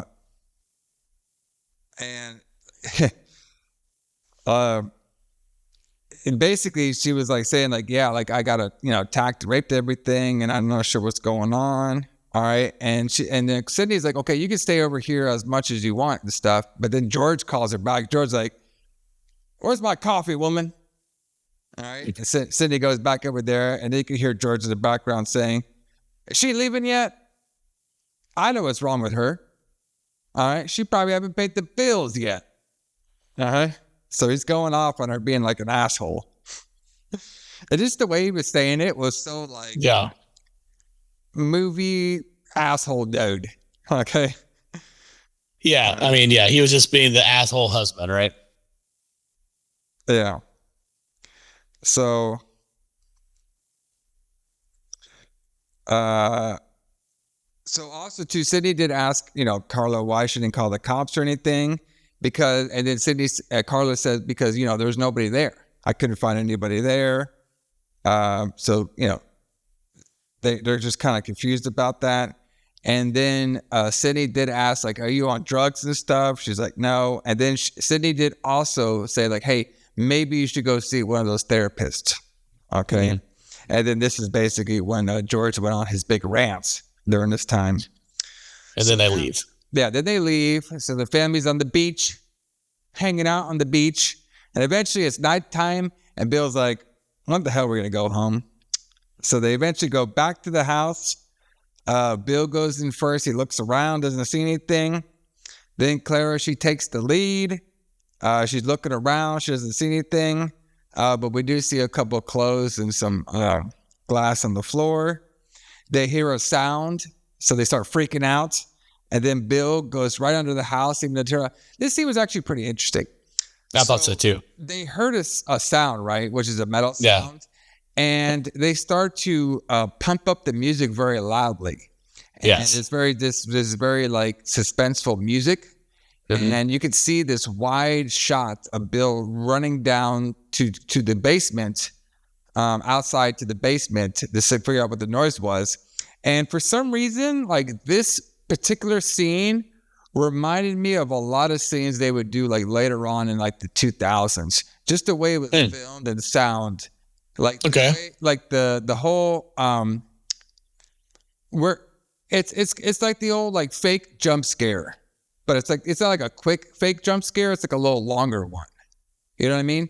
Because like everybody thinks, all the audience and stuff like, oh shit, there's a noise happening, but it was only a scare because when Bill got down there, it was just a pipe that was like getting touched. Right. So that's one of the things that I like keep talking about, the difference between horror movies then and horror movies now. Yeah. So now they would just give you a cheap jump scare that scares you for 1 second. Yeah. You know, but a movie like this gives you this long scene that scares you much longer. Because in that, I think I don't know if you've ever seen it. Well, he talks about it in a documentary, but there's a book called Truffaut Hitchcock, where Hitchcock talks about how if you want to scare somebody, he's like, you can have two men sitting on a train and you can put a bomb underneath the table where they're talking. And, you can have the bomb go off and it'll scare the audience for 1 second. But if you show the bomb, ticking and the time's running down and it's ticking and, they know the bomb's going to go off, then you can scare them for as long as you want to. And that's kind of like what the scene like this does is it gives you this suspenseful thing where you're scared the entire time because something's going to happen any minute now, but you don't know when, and maybe nothing will, but you're waiting on it to happen at any moment. Whereas now they don't do that. Now they would just have him, walking through a house, and then he would open up a closet and something would jump out at him, and then they would have a really loud string sound of going ring like that, and it would just scare you, and then that would be it. It's like they've kind of lost the art of like suspense anymore, I think. Yeah. Yeah, nowadays with these movies, yeah, I would say that. Yeah. So now they figured out that the pipe is the one moving, but Claire brings up, well, you're touching it. Who was moving him? But who was moving? Who was touching it then? Yeah. All right. So now they all go back to the house. All right, and they're hanging out a little bit on there. All right. 1 second. Okay. So during this, when they get back to the house after this, they all try to go to sleep a little bit, or they're about to be going to sleep. But then Sydney comes by. Yeah. All right. She's so she basically lied to George, saying that she was going sleeping over at her sister's house, and she's going to talk about like, oh, I can't wait to leave that George guy, but you know how it is. He makes that kind of money. I can't leave him. All right. Yeah, which I guess is the way things are, and still are in some cases. But yeah, she wants to leave George because he's an asshole. But yeah, so when they left her house, they didn't tell her they were leaving. They just snuck out because George didn't want them there. Yeah. So then she shows up, and now Cindy's going to stay with them. Yeah, because you basically hear everything George is saying, so they're just like, fuck this. So Cindy wants her to marry some that Jerry guy. Yeah, because he makes a lot of money. He makes the money and stuff, and she needs a man. Yeah. 1983, brother. All right, we need men. Yes. So they both sleep in the same bed. I thought something was gonna. Bro, when they were both sleeping in the bed, come on, are we gonna have a double? Is it gonna be a threesome? Like, actually, I got a question. Why didn't the ghost do that? I mean, like, like why didn't he assault them when she was around, but when Cindy was around? But yeah. So you thought there was gonna be a female ghost threesome? Yeah. Yeah. Well, that would have been in your remake. When you remake it, that's definitely gonna be in there. That's the X-rated cut. So this thing did get an X rating in England, though. Oh yeah, the equivalent of X rating. So yeah, whatever. Anyway, so Clara she hears some noises. She can't sleep. Next morning, Clara goes to work. Sydney will take the kids for school. Yeah. So this is when we get Clara in her car, and now the ghost is trying to kill her. Yeah. From her car, I guess. Right. It's trying to control the car. It controls the car, and the car goes out of control. And she nearly wrecks and dies. She really wrecks and dies. I'm not sure if this actual scene was inspired by the true life event though, from Boris or from her, because she did have more experiences than her just getting raped by 3 ghosts. She basically had like a poltergeist. Yeah. Where it was haunting her throughout her whole life. Like they did more than just, do the deed. Right. So I wonder if this is one of the stuff that happened to her too, is if one of the ghosts took over the car, which could have been. Could be pretty freaky. So after this incident happens, this is now when Claire decides to check herself into the therapist. And this is when we meet Dr. Phil. Not that one. Yes. This 1983 Dr. Phil. All right. Now, they said his last name, which is like Schneiderman. Schneiderman. I'm not saying that. I'm saying Dr. Phil because it's funnier. Okay. Yes. Okay. So they're doing an appointment. He's asking questions about, was this your first time that so basically, his implying is like, hey, is this your first time that you try to kill yourself? But she's like, no, you don't understand. I was raped. All right. So they go about, the whole process of what happened to her on that night that she was raped. The guy, he kept asking, like, was he there? What happened? She was like, no, he evaporated. He wasn't there. Was he a big man? Was he a small man? She was in pain. She said though that the ghostly figure felt like a big man. All right, so it was like somebody to overpower her, basically. Well, I wrote this on my notes, but he didn't actually say this line. He said, "Did he ejaculate?" And she said, "Yes." And I almost like fucking paused this movie, and my bro, listen. I know this is all serious and stuff. My brain was blown. Yeah. Those come? What is that? Maybe it's like ectoplasm or something. I don't know. But yeah, so she does get that. I have no idea, but she does say that, right? She says, "I felt him coming inside of her," basically. I was like, "What? Hold on a second." Like, listen, okay, like, I'm, I can believe a lot of shit, but I don't know about that. Ghosts come. I mean, like, we could probably have just skipped. Well, it's invisible, so you can't see it anyway. That's true. Right. So it wouldn't matter. But yeah, I figured we probably could have babies.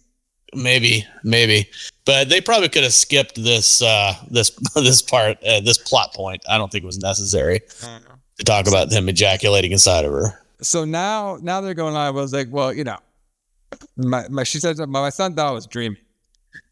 All right. Mm-hmm. And she tells him about the what happened with all the furniture moving around. She tells him about that and the incident that happened today. So basically, she said she's had this spirit haunting her for like 3 days, three times at least. Yeah, I was going to ask you. So did they just move into the house? No, I think they've been there. I think so. I have no idea, to be honest with you. Right. He don't tell you because when she's talking to Cindy, she says, she's like, I haven't even paid the rent here yet.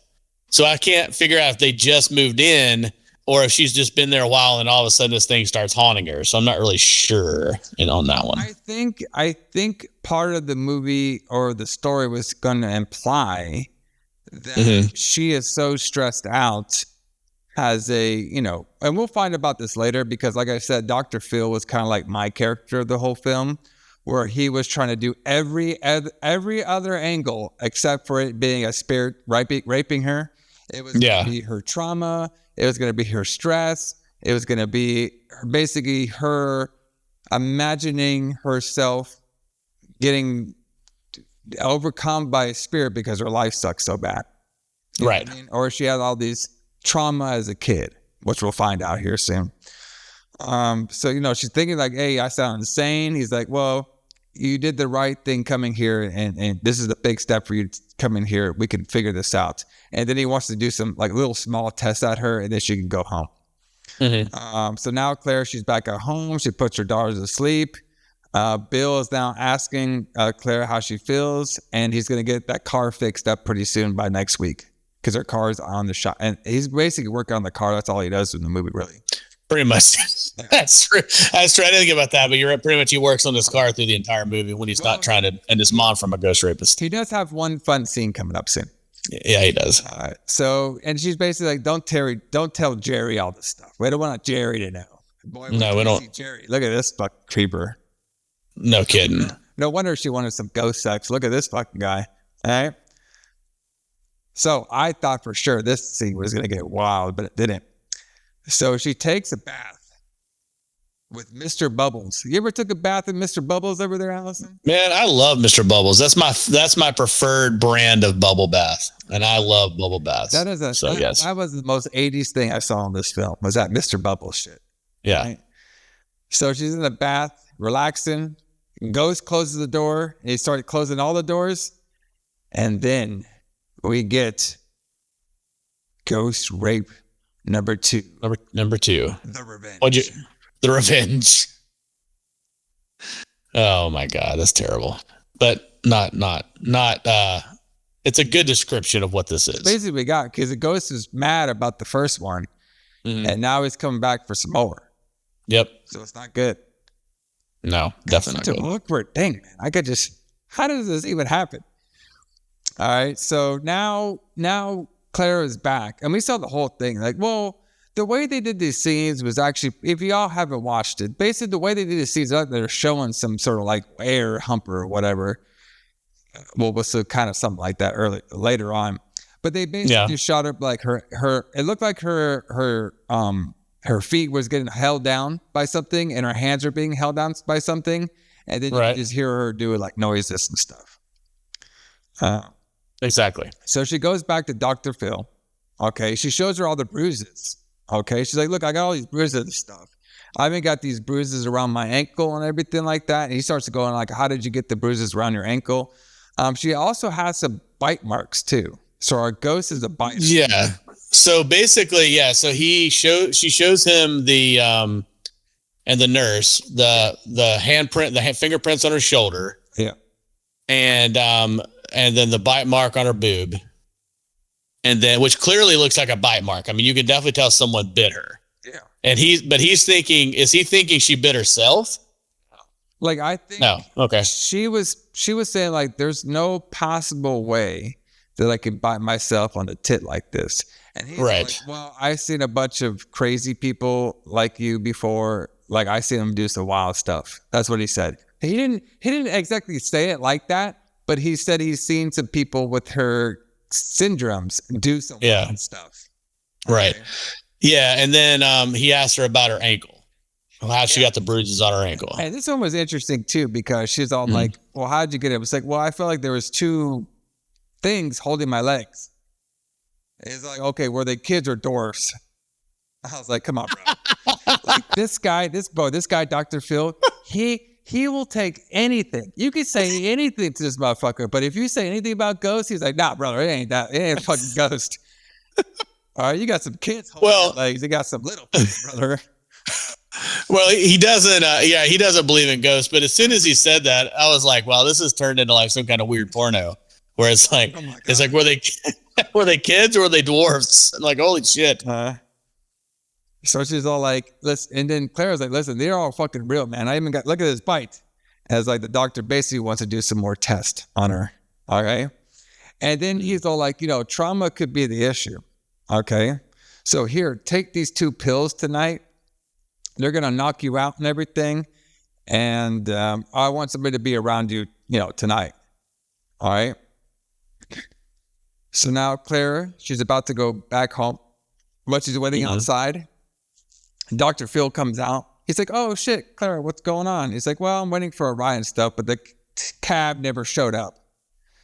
And he's like, oh, I'll take you home and everything. So how long has she been sitting out there? Like 5 hours? Who fucking knows?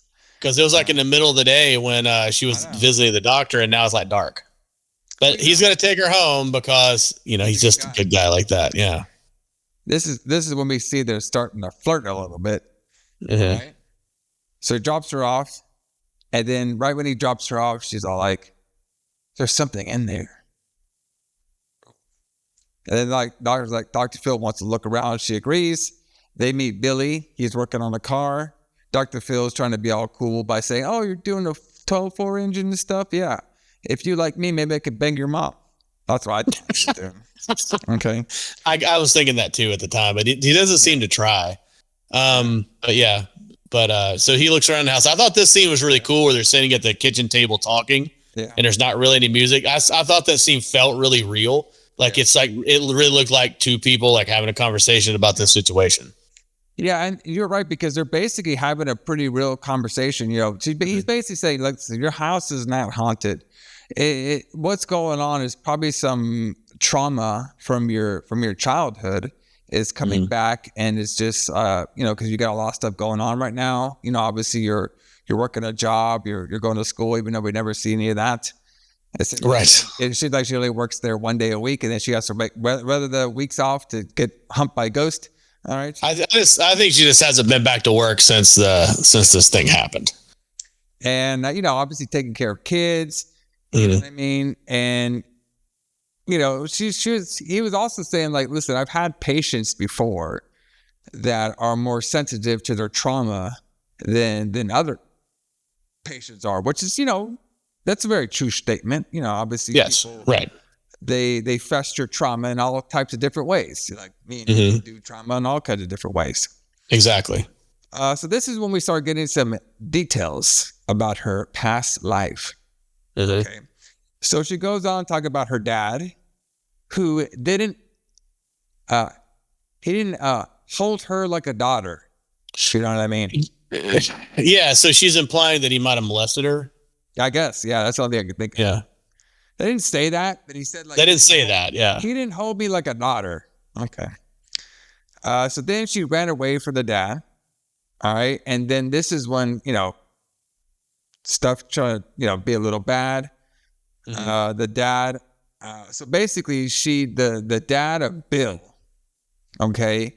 She married him when he was like 16 and everything was all good until the dad started taking pills and drugs and stuff. And then he crashed his motorcycle and died. And right when he did that, that's when she found out that she was pregnant with Bill. Okay. So I was one of them. And then, the therapist is like, how did you feel when he really died? How did you really feel? And she said, well, I thank God when he died because he was a bastard. He was, driving my life crazy. Now she was talking about Bob, which is the dad of the two girls. He was a good guy and stuff, but he wasn't one to settle down. Okay. He was a really nice guy. He did a lot of impression on me and stuff. But he was just like a drifter. He's basically like a drifter guy. All right. He grew up and left. All right. And Dr. Phil is like, man, I'm kind of impressed with all your background. You have seemed to have two younger kids, plus an older son. You seem to have your life together before this. You have a house that's probably way more in your budget, and you only work like one time a week. That's pretty impressive. Yeah. True. Like this girl has her own house, a single mom. I guess she's not really paying the rent because she said she missed one night, but she's still been there for a couple of years. So he's impressed. So he's starting to flirt a little bit. And he basically, Phil makes a promise that he will do what he can to stop this. Okay? Right. And Dr. leaves, and Claire looks at the camera and tells all of us, there's still something here, though. Uh-oh. So this part, oh boy, wait till we get to this part. This is the one. So mom is now, Clara, our mom, is getting dessert for all the kids. All right? And then while she's about to come cut the dessert, she gets pulled against her will into the couch. All right. Bill tries to help her from getting couch ghost raped. Yep. All right. But she gets ghost raped 3, big, bad, and better.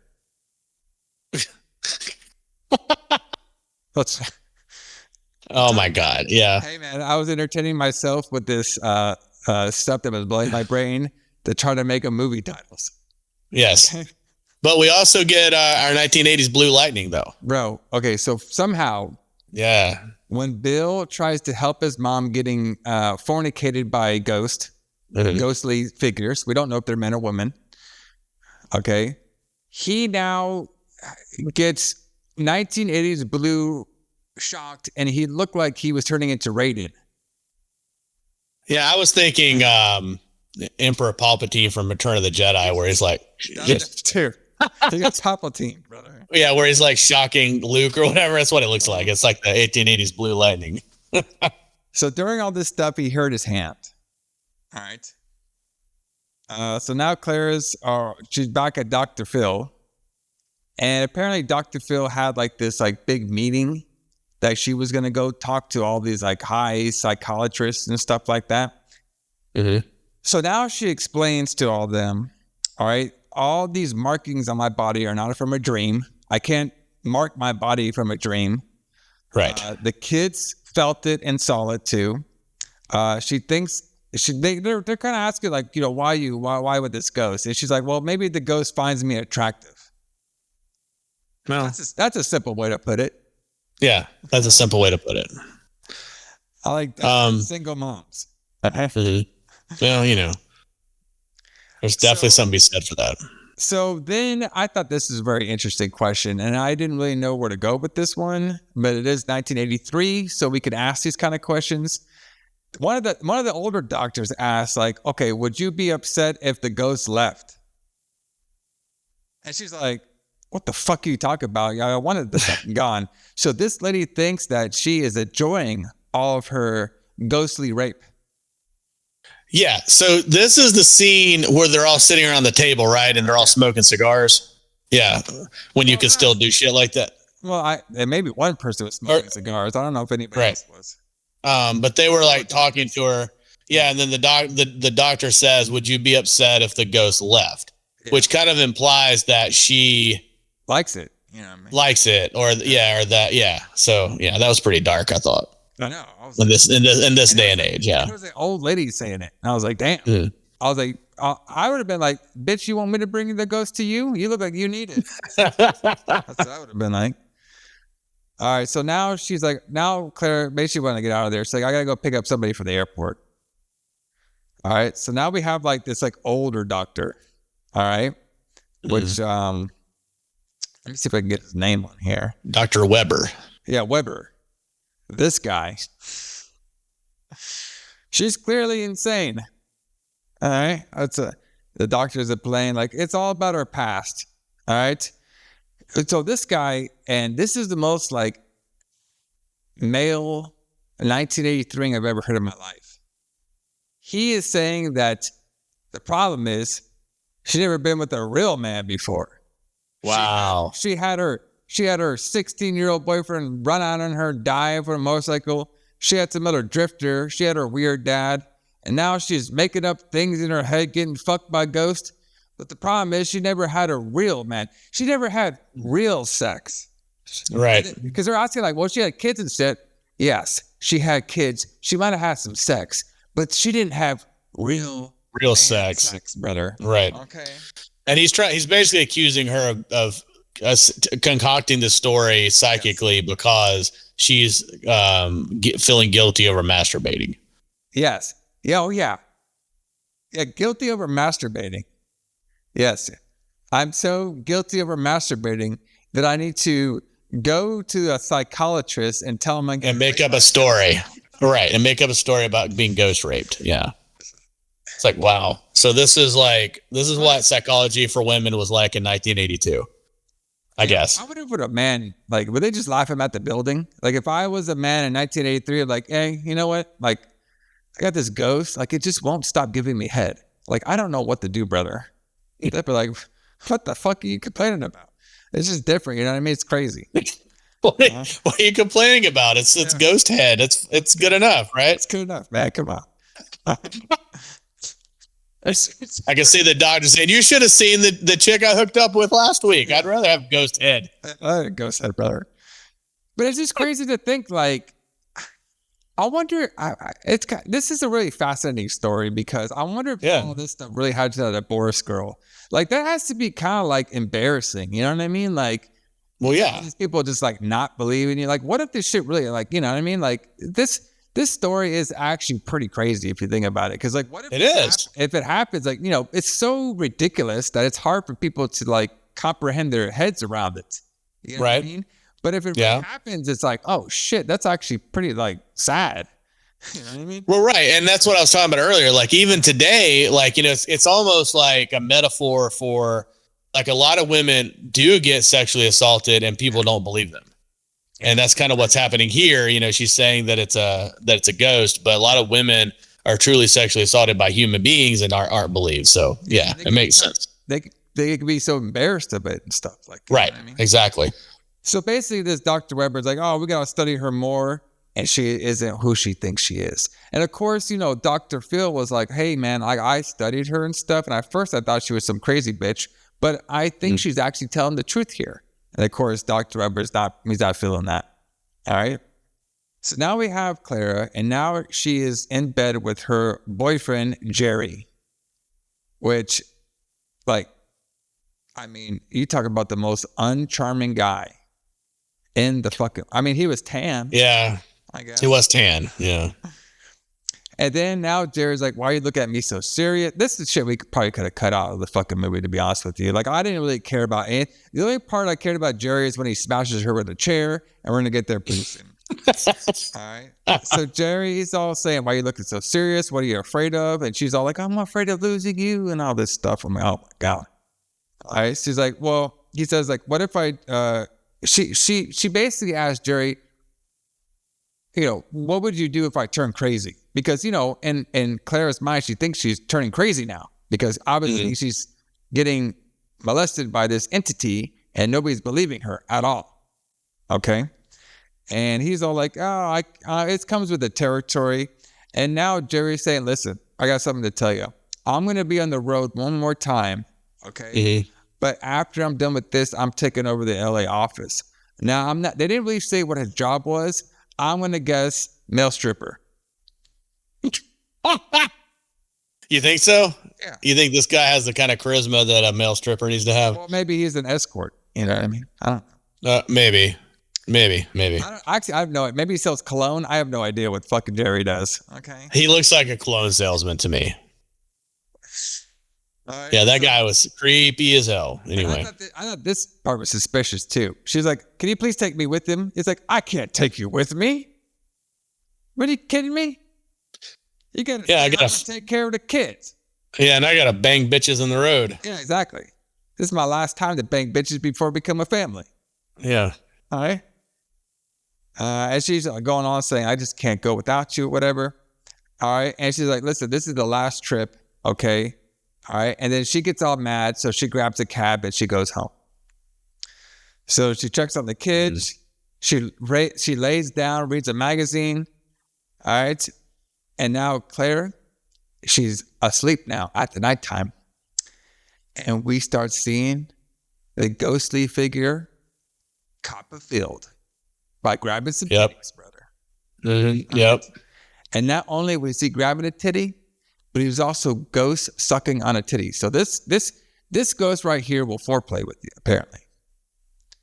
All right.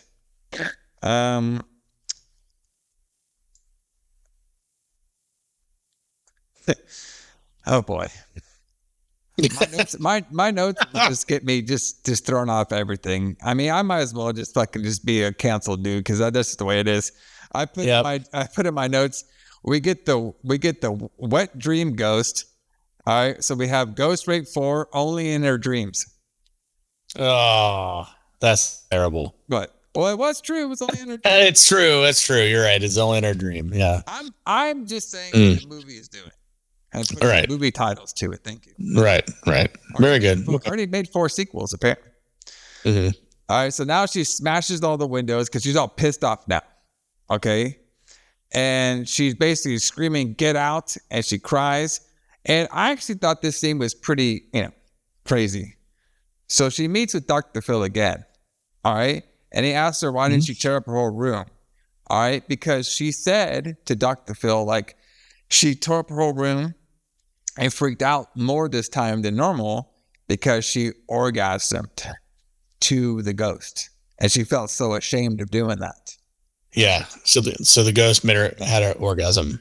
And I was like, oh shit, you know what I mean? Like, I mean, you could, the fascinating stuff about this movie, we make jokes or whatever. Like I said, it's a very serious movie in a way, but it's just some of the stuff is just kind of just so ridiculous. You don't really know what to do.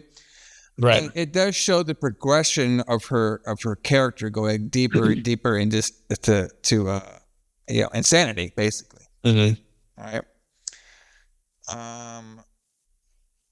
So now the Dr. Phil says, hey, you should check yourself in. She's like, no, I don't want to do that. You know what I mean? Because like, I'm going to check myself in. You guys won't let me leave. And then Dr. Phil's like, well, technically I could have checked you already in because of the car incident. That could have been suicidal and stuff. And she's like, what the fuck? She says, like, I'm not going to the hospital and stuff. Like, I don't have people to take care of my kids or nothing like that. All right. And then now Dr. Phil, he's all pissed off because he went to the local library and rented him a supernatural book. Did you say library? Library. Okay, very good. I just want to make sure. There's nothing wrong with that. I just want to make sure. The library. All right. I rented him a book. Yeah, he did. He went to the library and got a book. Yes. So this scene reminds me of me talking to Alison of how ghosts and demons are not real. Oh yeah. Yeah, you're right. He pulls out the book. Look, see that demon right there? The person who thought of that demon has some trauma, and what he did was he couldn't imagine his trauma being what it was, so he imagined his demon putting the drama on the trauma onto him, and that's how he saw it. So it wasn't him or his circumstances with the trauma; it was this demon giving him the trauma, and that's exactly. That's how all these demons and creatures and ghosts are all there. It's all from your fucking trauma and making up shit that looks cool on Disney Plus and cartoons and shit, brother. Right, but it's not real. It's not real. All right, that's right, Alison. All those ghosts you were hanging out with and partying not real, and getting drunk with, not real. They were your not real ghost guys. All right, it's all in my head, I guess. It's all in your fucking head. All right. He said your trauma is only from your sex and your family. Yeah, exactly. So, because, her family with all the molesting, I don't know what, she didn't really explain but there was a lot of like trauma of sex in her family. So that's why her demon, her ghost is a sexual ghost because she has manufactured that ghost to be a sexual one. Right. All right. And she's saying like he's big and strong because that's what your dad was. Your dad was big and strong. And of course, Claire is all freaked out. She's like, fuck you. She like runs away. All right. And apparently somewhere in here, even though I didn't catch it, he did imply that she was also thinking of Billy as sexual too. That was also. Yeah. Yeah. All right. So Sydney says, yeah, he went a little too far with that sex and Bill stuff. All right. All right. Now, George, of course, he's like, I want to leave. I don't give a shit about all your drama. I want to go to this fucking wedding thing. All right. So Sydney basically tells like, hey, Claire, you could just stay here. You know what I mean? Don't worry about it, going back home or anything. Just stay here a little bit. Or me and George are just going out to this wedding place. We're only going to be gone for an hour. Mm-hmm. Okay. All right. So now they all leave. And then this is when the entity attacks Clara in George's and Sydney's house, and they blow up a bunch of windows. They hear it. Sydney and George, they come back in. They see one window getting blown out. And George's thing, his first line was, she ruined our house. So that shouldn't be funny, but it is, because like, how can this guy possibly think that she did all that damage and blew the windows out? Like, how could he possibly think that? The funny part is for people who didn't watch the movie was she was on the floor, like covered in stuff. And the windows blowing out. Like, what did she put dynamite around the house, George? Like, what the fuck are you thinking, George? Okay. And then Sydney's like, what the fuck are you talking about? You saw the window blow out. He's like, well, I'm going to blame this bitch anyway. Yeah, I'm an idiot. Anyway, so I thought that part was hilarious when he blamed it all on her. I was crying. I was like, come on, man. So, God, man, my notes are so bad in this movie. Yeah. I'm like, what the I was watching this like late at night last night, and I was like, I had a couple beers, and I was like, I was just going to town on my notes. So now Sydney and Claire decide to do some research. So I put in my notes, they go to the library to read about some ghost rape. So, Don't they go to a bookstore? yeah, they go to a bookstore. Like, how do you read about that? To buy a book about, well, they, they're looking at like books about poltergeists and things, but yeah, they went to read about ghost rape. Hey, librarian, where's your ghost rape section at? Is that around there? All right, so they're picking out a bunch of books and stuff, but now Carla can hear two nerds that are like, so basically there's like this whatever the psychiatrist people that do ghost experiments of supernatural, they just so happen to be at the bookstore, and they were saying that the signs of ghosts, they never all happen at once. Like, you don't get cold, you don't smell. All like the ghost traits you would see. Like, what do? You get cold when you see a ghost, or like it smells, or mirror breaks. They're saying none of that all can happen at once. But Carly heard that, and she's like, no, that's a lie, because all three of those happened with me. And they're like, oh, shit, we got a mark over here. Kind of mark. Let's go to her house. Let's go sell her some carny shit. Carny shit, brother. All right. So they eventually go to her house, okay? And they go, well, she goes over all that happened at the house. I'm not going to go all over here. We're not trying to make this a 3-hour show. Right. She said the kids were sleeping through everything. They talked about Bill's lightning hands getting hurt and stuff, and his rating powers. So basically they're kind of laughing it off a little bit. You know what I mean? Because they want to believe her and stuff. And then she's like, okay, let's go get some coffee. Shit. You might need some coffee. God damn, I need some beer, brother. Well, I mean, you're drinking a White Claw. It's not really beer, but okay. Hey, man. It's the easiest thing. Keeps you thin, though. Yeah, not a lot of calories. All right, so now when they're there, they see the mirror move. And they start smelling and getting a little cold. All right, and then they're like, so Carla's like, oh, you believe me now? I was like, yes, we want to set up our equipment. All right, so they set up the equipment. And then while they're sleeping, the Raiden light comes in, which is supposed to be the entity. So the entity is now Raiden, apparently. All right, so Carly reaches out for it. And she says, she's basically saying that it's weak now. You're weak now. I don't know how. Yeah, you can't. Because it's not touching her. I can't touch her. Remember, she says that you can't touch me. You're too weak. Yes. I don't know why it's weak in this particular situation when it's not weak in any of the rest of the movie, but well, it's because the nerd guys there with their nerd powers, they seem to. Oh, right. I see. It happens like that, bro. Those nerds, they'll drain you if you let them. That's true. They will. They're like energy vampires. Yeah. So basically, she's telling all these bastards to die. Get out of here, you bastards and stuff. All right. So then now she's basically thanking God right now that she actually didn't get raped. So, right. Well, okay, I get it. Like, everything that the Carly character does, like, to me, is justified. You know what I mean? Yes. Like, she's the one going through all these fucking problems, bro. I would freak out, too, if all this shit happened to me. Yeah, I feel like the way Barbara Hershey played this part was very realistic. Really good. Like, really good. Yeah, like, I believed her, for sure. Yeah. So now she's happy now because she thinks that this entity is weak, so she can't touch her anymore. That's all she wants, bro. Like, she just doesn't want this fucking thing, you know what I mean, to touch her anymore. You know what I mean? So she's happy playing with the kids. The nerds go over to the nerds were going over, and they start taking some pictures, and they actually got pictures of the lightning, and they were going over the pictures with Cooley, which is like their head. It's like the head nerd. Yeah, the older lady who was like the head of the psychologist or whatever. Yeah. Now she's, obviously everybody's always skeptical, like, oh, could have been a flash, could have been this and this and this. But the two nerd guys are like, no, we did all the measures that was correct, and they said we think this is a poltergeist. That is yes. So things like this actually did happen in the Doris Bither case too. They actually did use 2 different cameras. They photographed the entity, but some people say that it's also just overexposed film.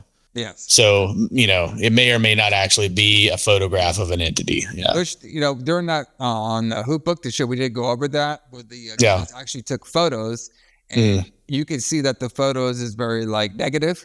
when the ghost was there, but then she shoot off the ghost, and then the picture looked normal. So very interesting. So now they basically want to learn more about this girl and all of her stuff. All right. So now they set up her house for a ghost reading. Okay. Dr. Phil comes by. He doesn't know what the fuck's going on. All right.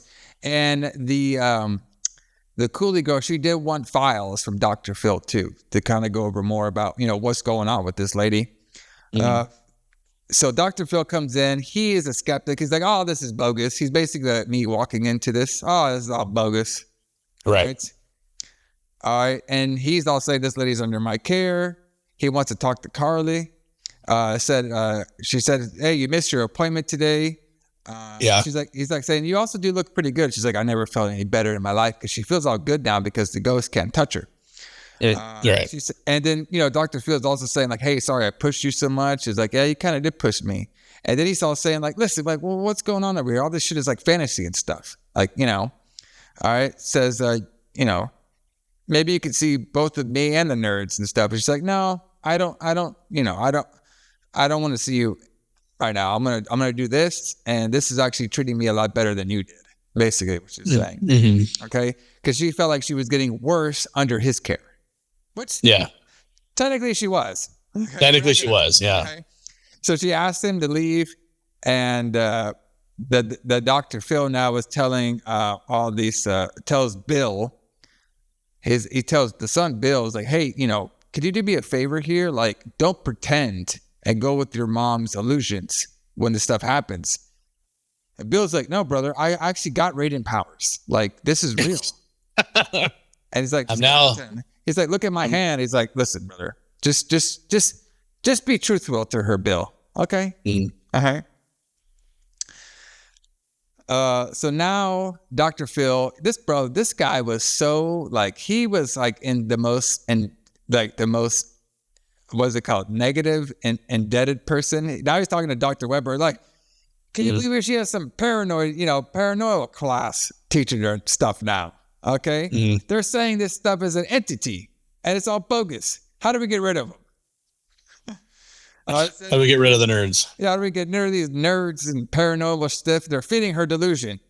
And Weber's like, I can't really do anything. They're actually like a legal society and stuff for a film class. I can't do anything. All right. So now they start filming Clara. Yeah. They focus on her and stuff. And then this is when we get the scene of the laser beams being shoot at the camera the whole time. Fantastic. Right. And, all right, so now the Cooley, she's there and stuff, and she wants it to appear. All right, and then Carly, she's going off and saying like, you're from hell, and you hurt me and hurt my kids and stuff. We get a close up of everybody's eyes. They're all saying, "Show yourself," and apparently the entity was a green fog the whole time. Well, it's kind of like a glowing thing. It's a little green glowing thing. That you can see at this point. Did you see its green fog? I did see that, yeah. Did you see the penis? I didn't see the green fog penis, no. I wasn't really looking for it, though. Maybe, I don't know. Okay, all right. I'm just making sure. Make sure I didn't miss anything. Yeah. Okay. So it all appears and stuff. All right, they all saw it. Okay, they all know it's a real entity now. They'll ask if it's over. The kids go to bed. All right. Cooley, the lady, the doctor, she never seen anything like this before, and she wants to. She talks about the entity has. She's basically saying that this is the first time that they might have evidence that an entity from another existence has entered our reality realm. Okay, and basically, the nerds and everybody, they want to trap it, like the Ghostbusters will later on. Right. In 1 year after this. 1 year. So now Jerry shows up, which I swear, this is a 2-hour movie. We could have skipped all his scenes because they all suck. Right. He didn't even need to be in this movie at all, to be honest with you. So Jerry shows up. I put tall, weird dude. All right. And he's all wondering what's going on over here. He doesn't know anything about these seances and stuff. And he just so happened to show at the end of it. All right. She's like, oh, I missed you. And she brought some wine. She doesn't want to drink the wine, but he makes her drink the wine. This is a 2-hour movie. Remember, we got a lot of time. She tells Jerry that she's been sick and there's some things that at night are becoming for her. All right. And they have a theory that it might be the house. Jerry, of course, is not feeling this at all. He doesn't know what the hell's going on. He's still not sure what's going on, but he's feeling he's being treated like a jerk. All right. And then she tells Jerry that she was attacked.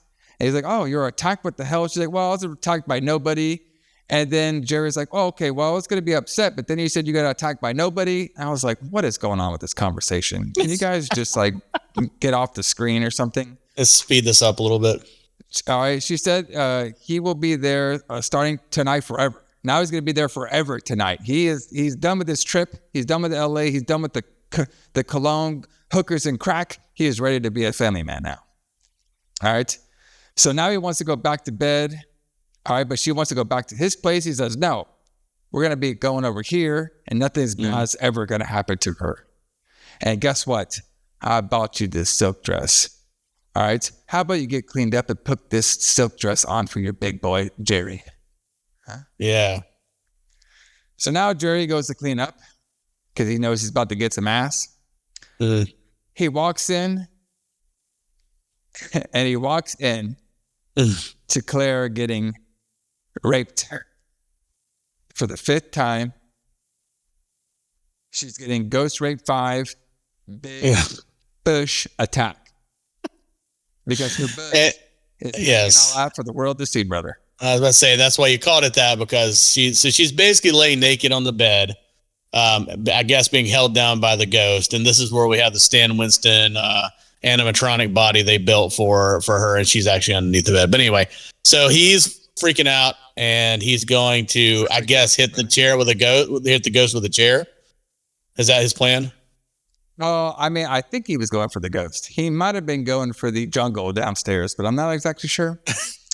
All right, but the scene where he almost hits her with the chair, that is actually Barbara Hershey laying on the bed naked, and she rolls over. But and the rest of the scene, it's not her. Yeah, so he doesn't know what the fuck this thing doing this whole time. She's, he's saying stop it and everything. And then basically he doesn't know what to do because, it's a ghostly figure attacking his woman. But he can't see it. He can't see it. He doesn't know what the hell is going on. So he just took a chair and smacked her. Right. That's what's confused me. So he was going to try to hit this thing he can't see with a chair. Well, it could have been a gust of wind with the chair. You know what I mean? Yeah. Okay. Good point. So now they're at the doctor's office. All right. Bill, after Jerry hits Claire with the chair, Bill comes in, attacks him, they start fighting. All right. So they go back to the doctor's office and stuff. Claire just has a little small concussion. That's what the doctor was saying to her, Dr. Phil. Dr. Phil says that she really needs you now. Jerry's like, I don't really know what was going on because I walked into the room and something was touching her titties and it was touching her all over. There was fingers, but I couldn't see the fingers. I'm kind of freaked out, so I'm going to get on the fuck out of here. I'm going to go back to my strippers and blow. Yeah. All right. Yep. All right. So now he leaves. The ghost crew. Okay. The ghost crew go visit Carly, and they're apologizing, and they also said they're afraid for her, and they said, with your permission, we're going to catch this thing. And she agrees to catch it. They're gonna come up with a plan to catch the ghost. Okay. Yes, and what a plan it is. Yes, and then of course Dr. Phil wants them to get kicked out. Okay. Weber tells Dr. Phil to leave it alone. It's just some crazy bitch. But Dr. Phil does not want to leave it alone. He does not. Somebody is gonna need to help her. Okay. I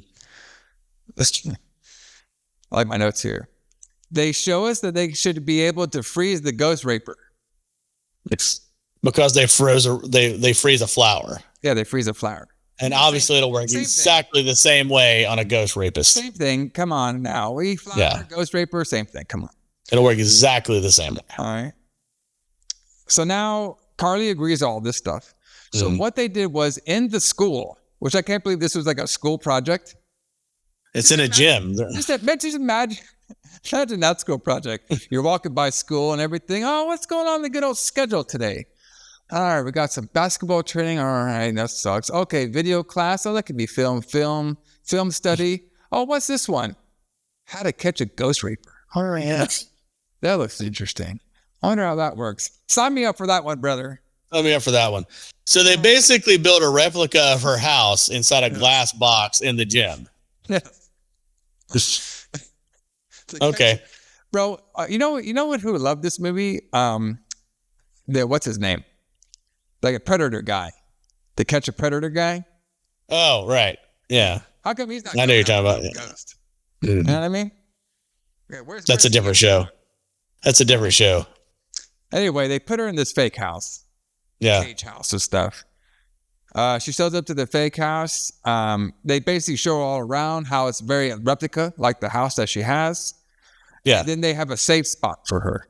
Because the safe spot is basically where she goes to when they have the ghost entity. She has to go there, or else she'll be freezed with the ghost. Right. All right. So did they go to her house and move everything out of it and put it in this fake house? No, man. They see in 1983, what they did was they time traveled to 2025 and they got a 3D printer. Okay. Well, I asked that question because at the end of the movie, when she goes back to her house, there's nothing in it. Like it's completely empty. Oh, okay. So I'm not sure if they moved everything out of it into this fake house or not. But they do say it looks a lot like your house, right? She's like, yeah. It looks a lot like her house, but it doesn't have all like the main functions. Like there's no running water and that in there. It just, the appearance looks like it. Right? Yeah, exactly. And then she's like, I'll do all this stuff. I'm not afraid. Dr. Phil now goes to see the experiment. He wants to talk to her. He said where can we talk in private? He goes to talk to Keller and they go talk to the bathroom. That's the only private place. Mm-hmm. All right. Dr. Phil reminds her of the liquid freeze they want to do. Now, how dangerous it could be. Right. All right. And she's like, you right now, you just can't tell what's real, what's fantasy. This is all fantasy right now. All right. He said, oh boy, this guy was trying hard right now too. He's like, you need somebody who really cares for you. Guess what? Mm-hmm. I do. I really care for you. So how about you come with me and I will care for you if you know what I'm talking about. Yes. Once you get some of this Dr. Phil loving, he'll be coming back for more, girl. You won't care about ghost dick anymore. Yeah, exactly. All right. I'll make you feel something real. Right. All right. And then she's basically saying like, I don't want your help. Get the fuck out of here. And he's like, oh, fuck, that didn't work. Damn it. So he leaves. All right. I put in my notes, the main nerd tells Dr. Phil to get lost. Okay. They go into the nighttime mode. All right. Right. And this nerd, he was like, bro, did you see this scene with this nerd when they get everything started? He was all like, I think his name is Jim. He was like, I want to get this fucking ghost so bad. Fake. Damn it. I felt like he was about to whack one off in the bathroom or something. He was super excited. Yeah, he was super excited. Yeah, for sure. I was like, God damn. Holy shit. Well, we'll get him. It's like, the huge heart on this ghost. For sure. Damn. God. Yeah. So they go in nighttime mode. All right. Conley, the doctor, Weber, all right, and Dr. Phil try to call Frank, who's, I guess, the principal or whatever, to try to get this shut down, but he can't. Frank can't do anything. Right. Dr. Phil is getting her away from these crazy people, all right? So he breaks in, all right, and he tries to go into the room and stuff while they're doing their experiment. He's like, I'm going to get her out of here now. They grab him. Old lady said, Conley says, hey, you can watch from upstairs like all we're doing. And they basically get Dr. Phil up there and they bring him upstairs. All right. So now they tell her to rest a little bit. Weber now he calls Dr. Phil and be like, what the fuck's going on with you? Like, why the fuck did you, I told you not to bother their experiment, but you are bothering their experiment. All right. And now they're doing the experiment. And Weber arrives to the experiment too, because he's now in the room too. So now he's watching it too. So he's there. Mm-hmm. And they tell her to move to the area, like the protective area, because they could feel the ghostly presence now. But before she could do that, the entity figure is now moving the compressors around. The compressors. Yeah. So now she's trying to, go to the area, but she keeps getting attacked by the entity. She's trying to break through and everything. So now she gets to the pre-room, but the pre-room got busted out, but the windows did. All right. And she's basically pleading with the ghostly figure now. She's saying, you can haunt me, you could torture me, you could do whatever you want to me, but just please don't touch me anymore. No, I thought she said, you can't touch me. You can never touch me is what she says. Yeah, you can never touch me. Yeah. Don't touch me and stuff. And then when that happens, that's when the whole tankers explode. Yeah. All right. Dr. Phil knew some shit was going down, so he ran into the room, grabbed Carly, got her out of there before the whole ice can take over the structure. So the ice takes over the whole structure. Now this entity is in the ice cube at this point. Yeah. Yeah, it's frozen solid, right? So it's like just frozen solid as a big massive ice, block of ice, I guess. Yeah. And they all look shocked. Okay. Mm-hmm. They said we're all shocked, everything, and the thing actually just explodes. And one of the nerds says we got it. We caught it, and we caught it. Yeah. Yeah. But then the thing is, everybody's a witness to all this stuff, and basically the thing kind of explodes. But they're all saying, we witnessed this thing, this is real. We know this thing took over this lab that we had set up here. We caught it for a second. It exploded, it got away, but we saw it. It's all real. And then, of course, Dr. Weber's like, it could have been anything. I didn't see any of that stuff. It could have been anything. Yeah, it could have been anything. All right. Wow. I don't believe it, brother. All right. And they're like, are you fucking serious? Okay. And then, of course, the old Connie is like, you son of a bitch. All right.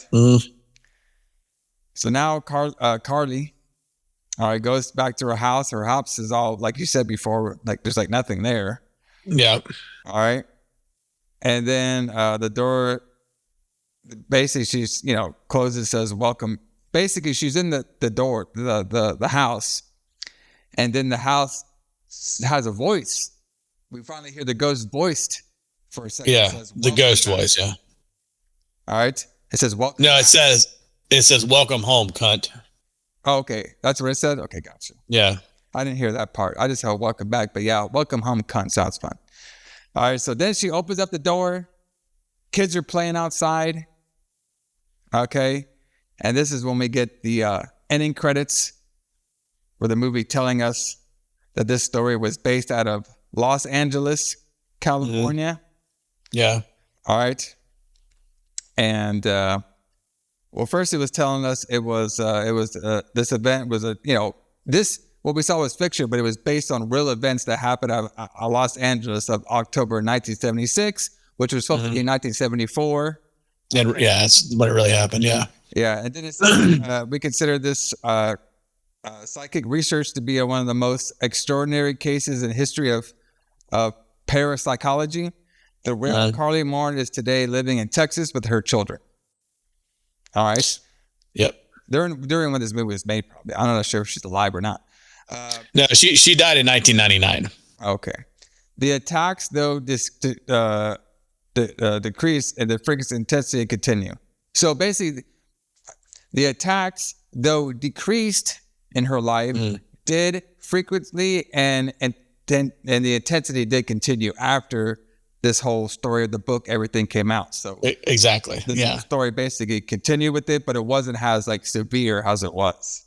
Right. So she always had the poltergeist So the movie kind of implies that the poltergeist is only around the house, even though it wasn't at all. But it always kind of follows her around. So, and it followed her to Texas. Yes, followed up, which is where she moved to. Yeah. Yes. So, but everybody, that is it. The 1982/3, The Entity. Pretty good movie. So I was about to say, so you like this one? Yeah, I like this one. Yeah. Okay, you like this one better than the other ones that I picked out this month. Yeah. It's actually a pretty interesting one to analyze and review. You know what I mean? Because you know, we can make jokes and stuff about that stuff on here too, about some of the plot lines in the movie. But it is actually a pretty fascinating story and a very interesting case. I could see why a lot of psychologists and stuff like that would go on to that, because it's such an unknown thing. Because we've had a lot of ghost sightings, we had a lot of ghost experiences and stuff, but I don't really hear about too many ghost raping out there. Or ghosts, you don't really hear about that too much. Or if that does happen to somebody, they don't really make it public. Right. Yeah. Yeah. I thought it was a fairly shocking story when I first watched the movie. It's very edgy, I thought. But yeah, I like this movie a lot. I thought the acting was great. The directing is great. The cinematography is fantastic. There's a scene where Weber and Dr. Phil are talking, which I meant to bring up when we got there, but I forgot, where Weber's sitting at his desk. And then Dr. Phil is really close to the camera, but they're both in focus, because that's really hard to do. It's usually you'll focus on whatever's closest to the camera and your background will be blurred, but they were both in focus, and it just looks so good. The movie looks really good. The special effects are good. Barbara Hershey's fantastic in this. But yeah, I love this movie. I absolutely love this movie. And I've wanted you to watch it for a long time. And we finally got around to getting it done in the show. And yeah. But yeah. So I'm glad you liked it. Yeah. What an interesting month there, Alison. We got Alison's picks for this month for his birthday. We had all kind of weird stuff. We had a lot of old people. A lot of old people. Yeah. A lot of old people getting haunted by ghosts. Yes. We actually, in the same month, we had some PG-13 ghosts, and then we had with Lady in White. At the same time. Crazy. Yeah. Yeah. Started off the PG-13 and got to the X-rated at the end. Yeah. I know. It's pretty wild. We're doing all the spectrums over here. Yep. But everybody, I hope you all enjoyed it. I enjoyed it. This is a pretty fun month. I've never seen any of these movies before, so they're all new to me. And, pretty fun ones. Pretty interesting ones, I would say, definitely. So... But everybody, join us here next week, because the Retro Blood keeps moving on. We don't stop, brother. This train does not stop, because we are entering the month of May, which is another birthday month. No. It's going to be yours truly. Month in the month of May. So now it's going to be my picks, which my picks are also going to be with a fan's pick as well, too. So we're going to do a bit of double picks. Now it's going to be my pick, but it's going to be a fan's pick. By the way, anybody listening to this show, if y'all have recommendations for movies we haven't done yet, email us, retroblood69@gmail.com. Put why you want us to review the movie, and we will do it here. Yes, and we will shout you up on the air. Okay. Yep. But coming in the month of May, for my picks, can't wait. Doing 1980s blood movies. That's right. Movies that start off with the title Blood in them. Okay. And these blood movies are also going to be outdoor blood movies. Yeah. Because it's that time of the year, right? You start to get outdoors. Winter's over. It's summertime. We're getting ready for the summer, brother. All right. We're going to have some beaches. We're going to have some lakes. We're going to have some forests. We're going to have all kinds of shit in this month. Because the first one we're doing next week here on the Retro Blood. Can't wait. We're doing Blood Beach. Ooh, this was a request, right? Yes, this was a fan request. It's also one I've been wanting to do for a long time, because I'm ready to see our boy John Saxon without a shirt on again. Yeah, anything with John. I hope he does karate in this movie. Oh my God! Does he do John Saxon karate? That's so fantastic. I would say the Retro Blood. We all have a crush on our boy John Saxon, so it should be a fun one next week talking about him. So should be a fun one. I can't wait. It's going to be a fun month, but everybody check us out. The schedule will be hopefully in line this month because I'm pretty sure I found all these movies. Most of them you can find off Tubi.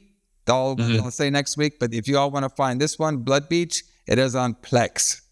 So go to Plex, watch the movie. Yeah. Back over here to the Retro Blood. We'll talk about Blood Beach. We'll drink some beer, talk all about it. So yeah. But Alison, for all of our podcast listeners, what Kiss song do you want to leave everybody with?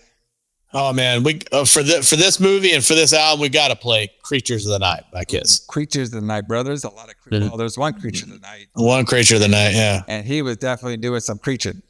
Right? He was definitely doing some preaching. You got to be careful with that guy. All right. Yeah. I can't believe they made a video game about him. I know. I saw the people to make a video game about him. Let's make a video game about ghost rape. Let's do it. I can't believe it. For the children. So, but everybody, thanks for joining us here on the Retro Blood. Like I said, check us out, Instagram, Facebook, wherever you get all your podcasts, Apple, Spotify. We're everywhere. YouTube, so you can see our faces and our action stuff. You can see all the cool backgrounds we have and he has and we all have. Yeah. All right. Like us on here. Subscribe. We'll be coming back pretty soon with some Lights Out. That's coming up pretty soon. Like I said, Retro Blood here every Sunday. You can listen to all of us. Rate us on there. Give us some feedback. Talk about how much you like the movies. Talk about if you don't like the movies. Tell me if I'm going to be getting canceled or not. Just let us know. Bye, everybody. Let us know. J.H. Alison, James Kline. See y'all later. See you guys.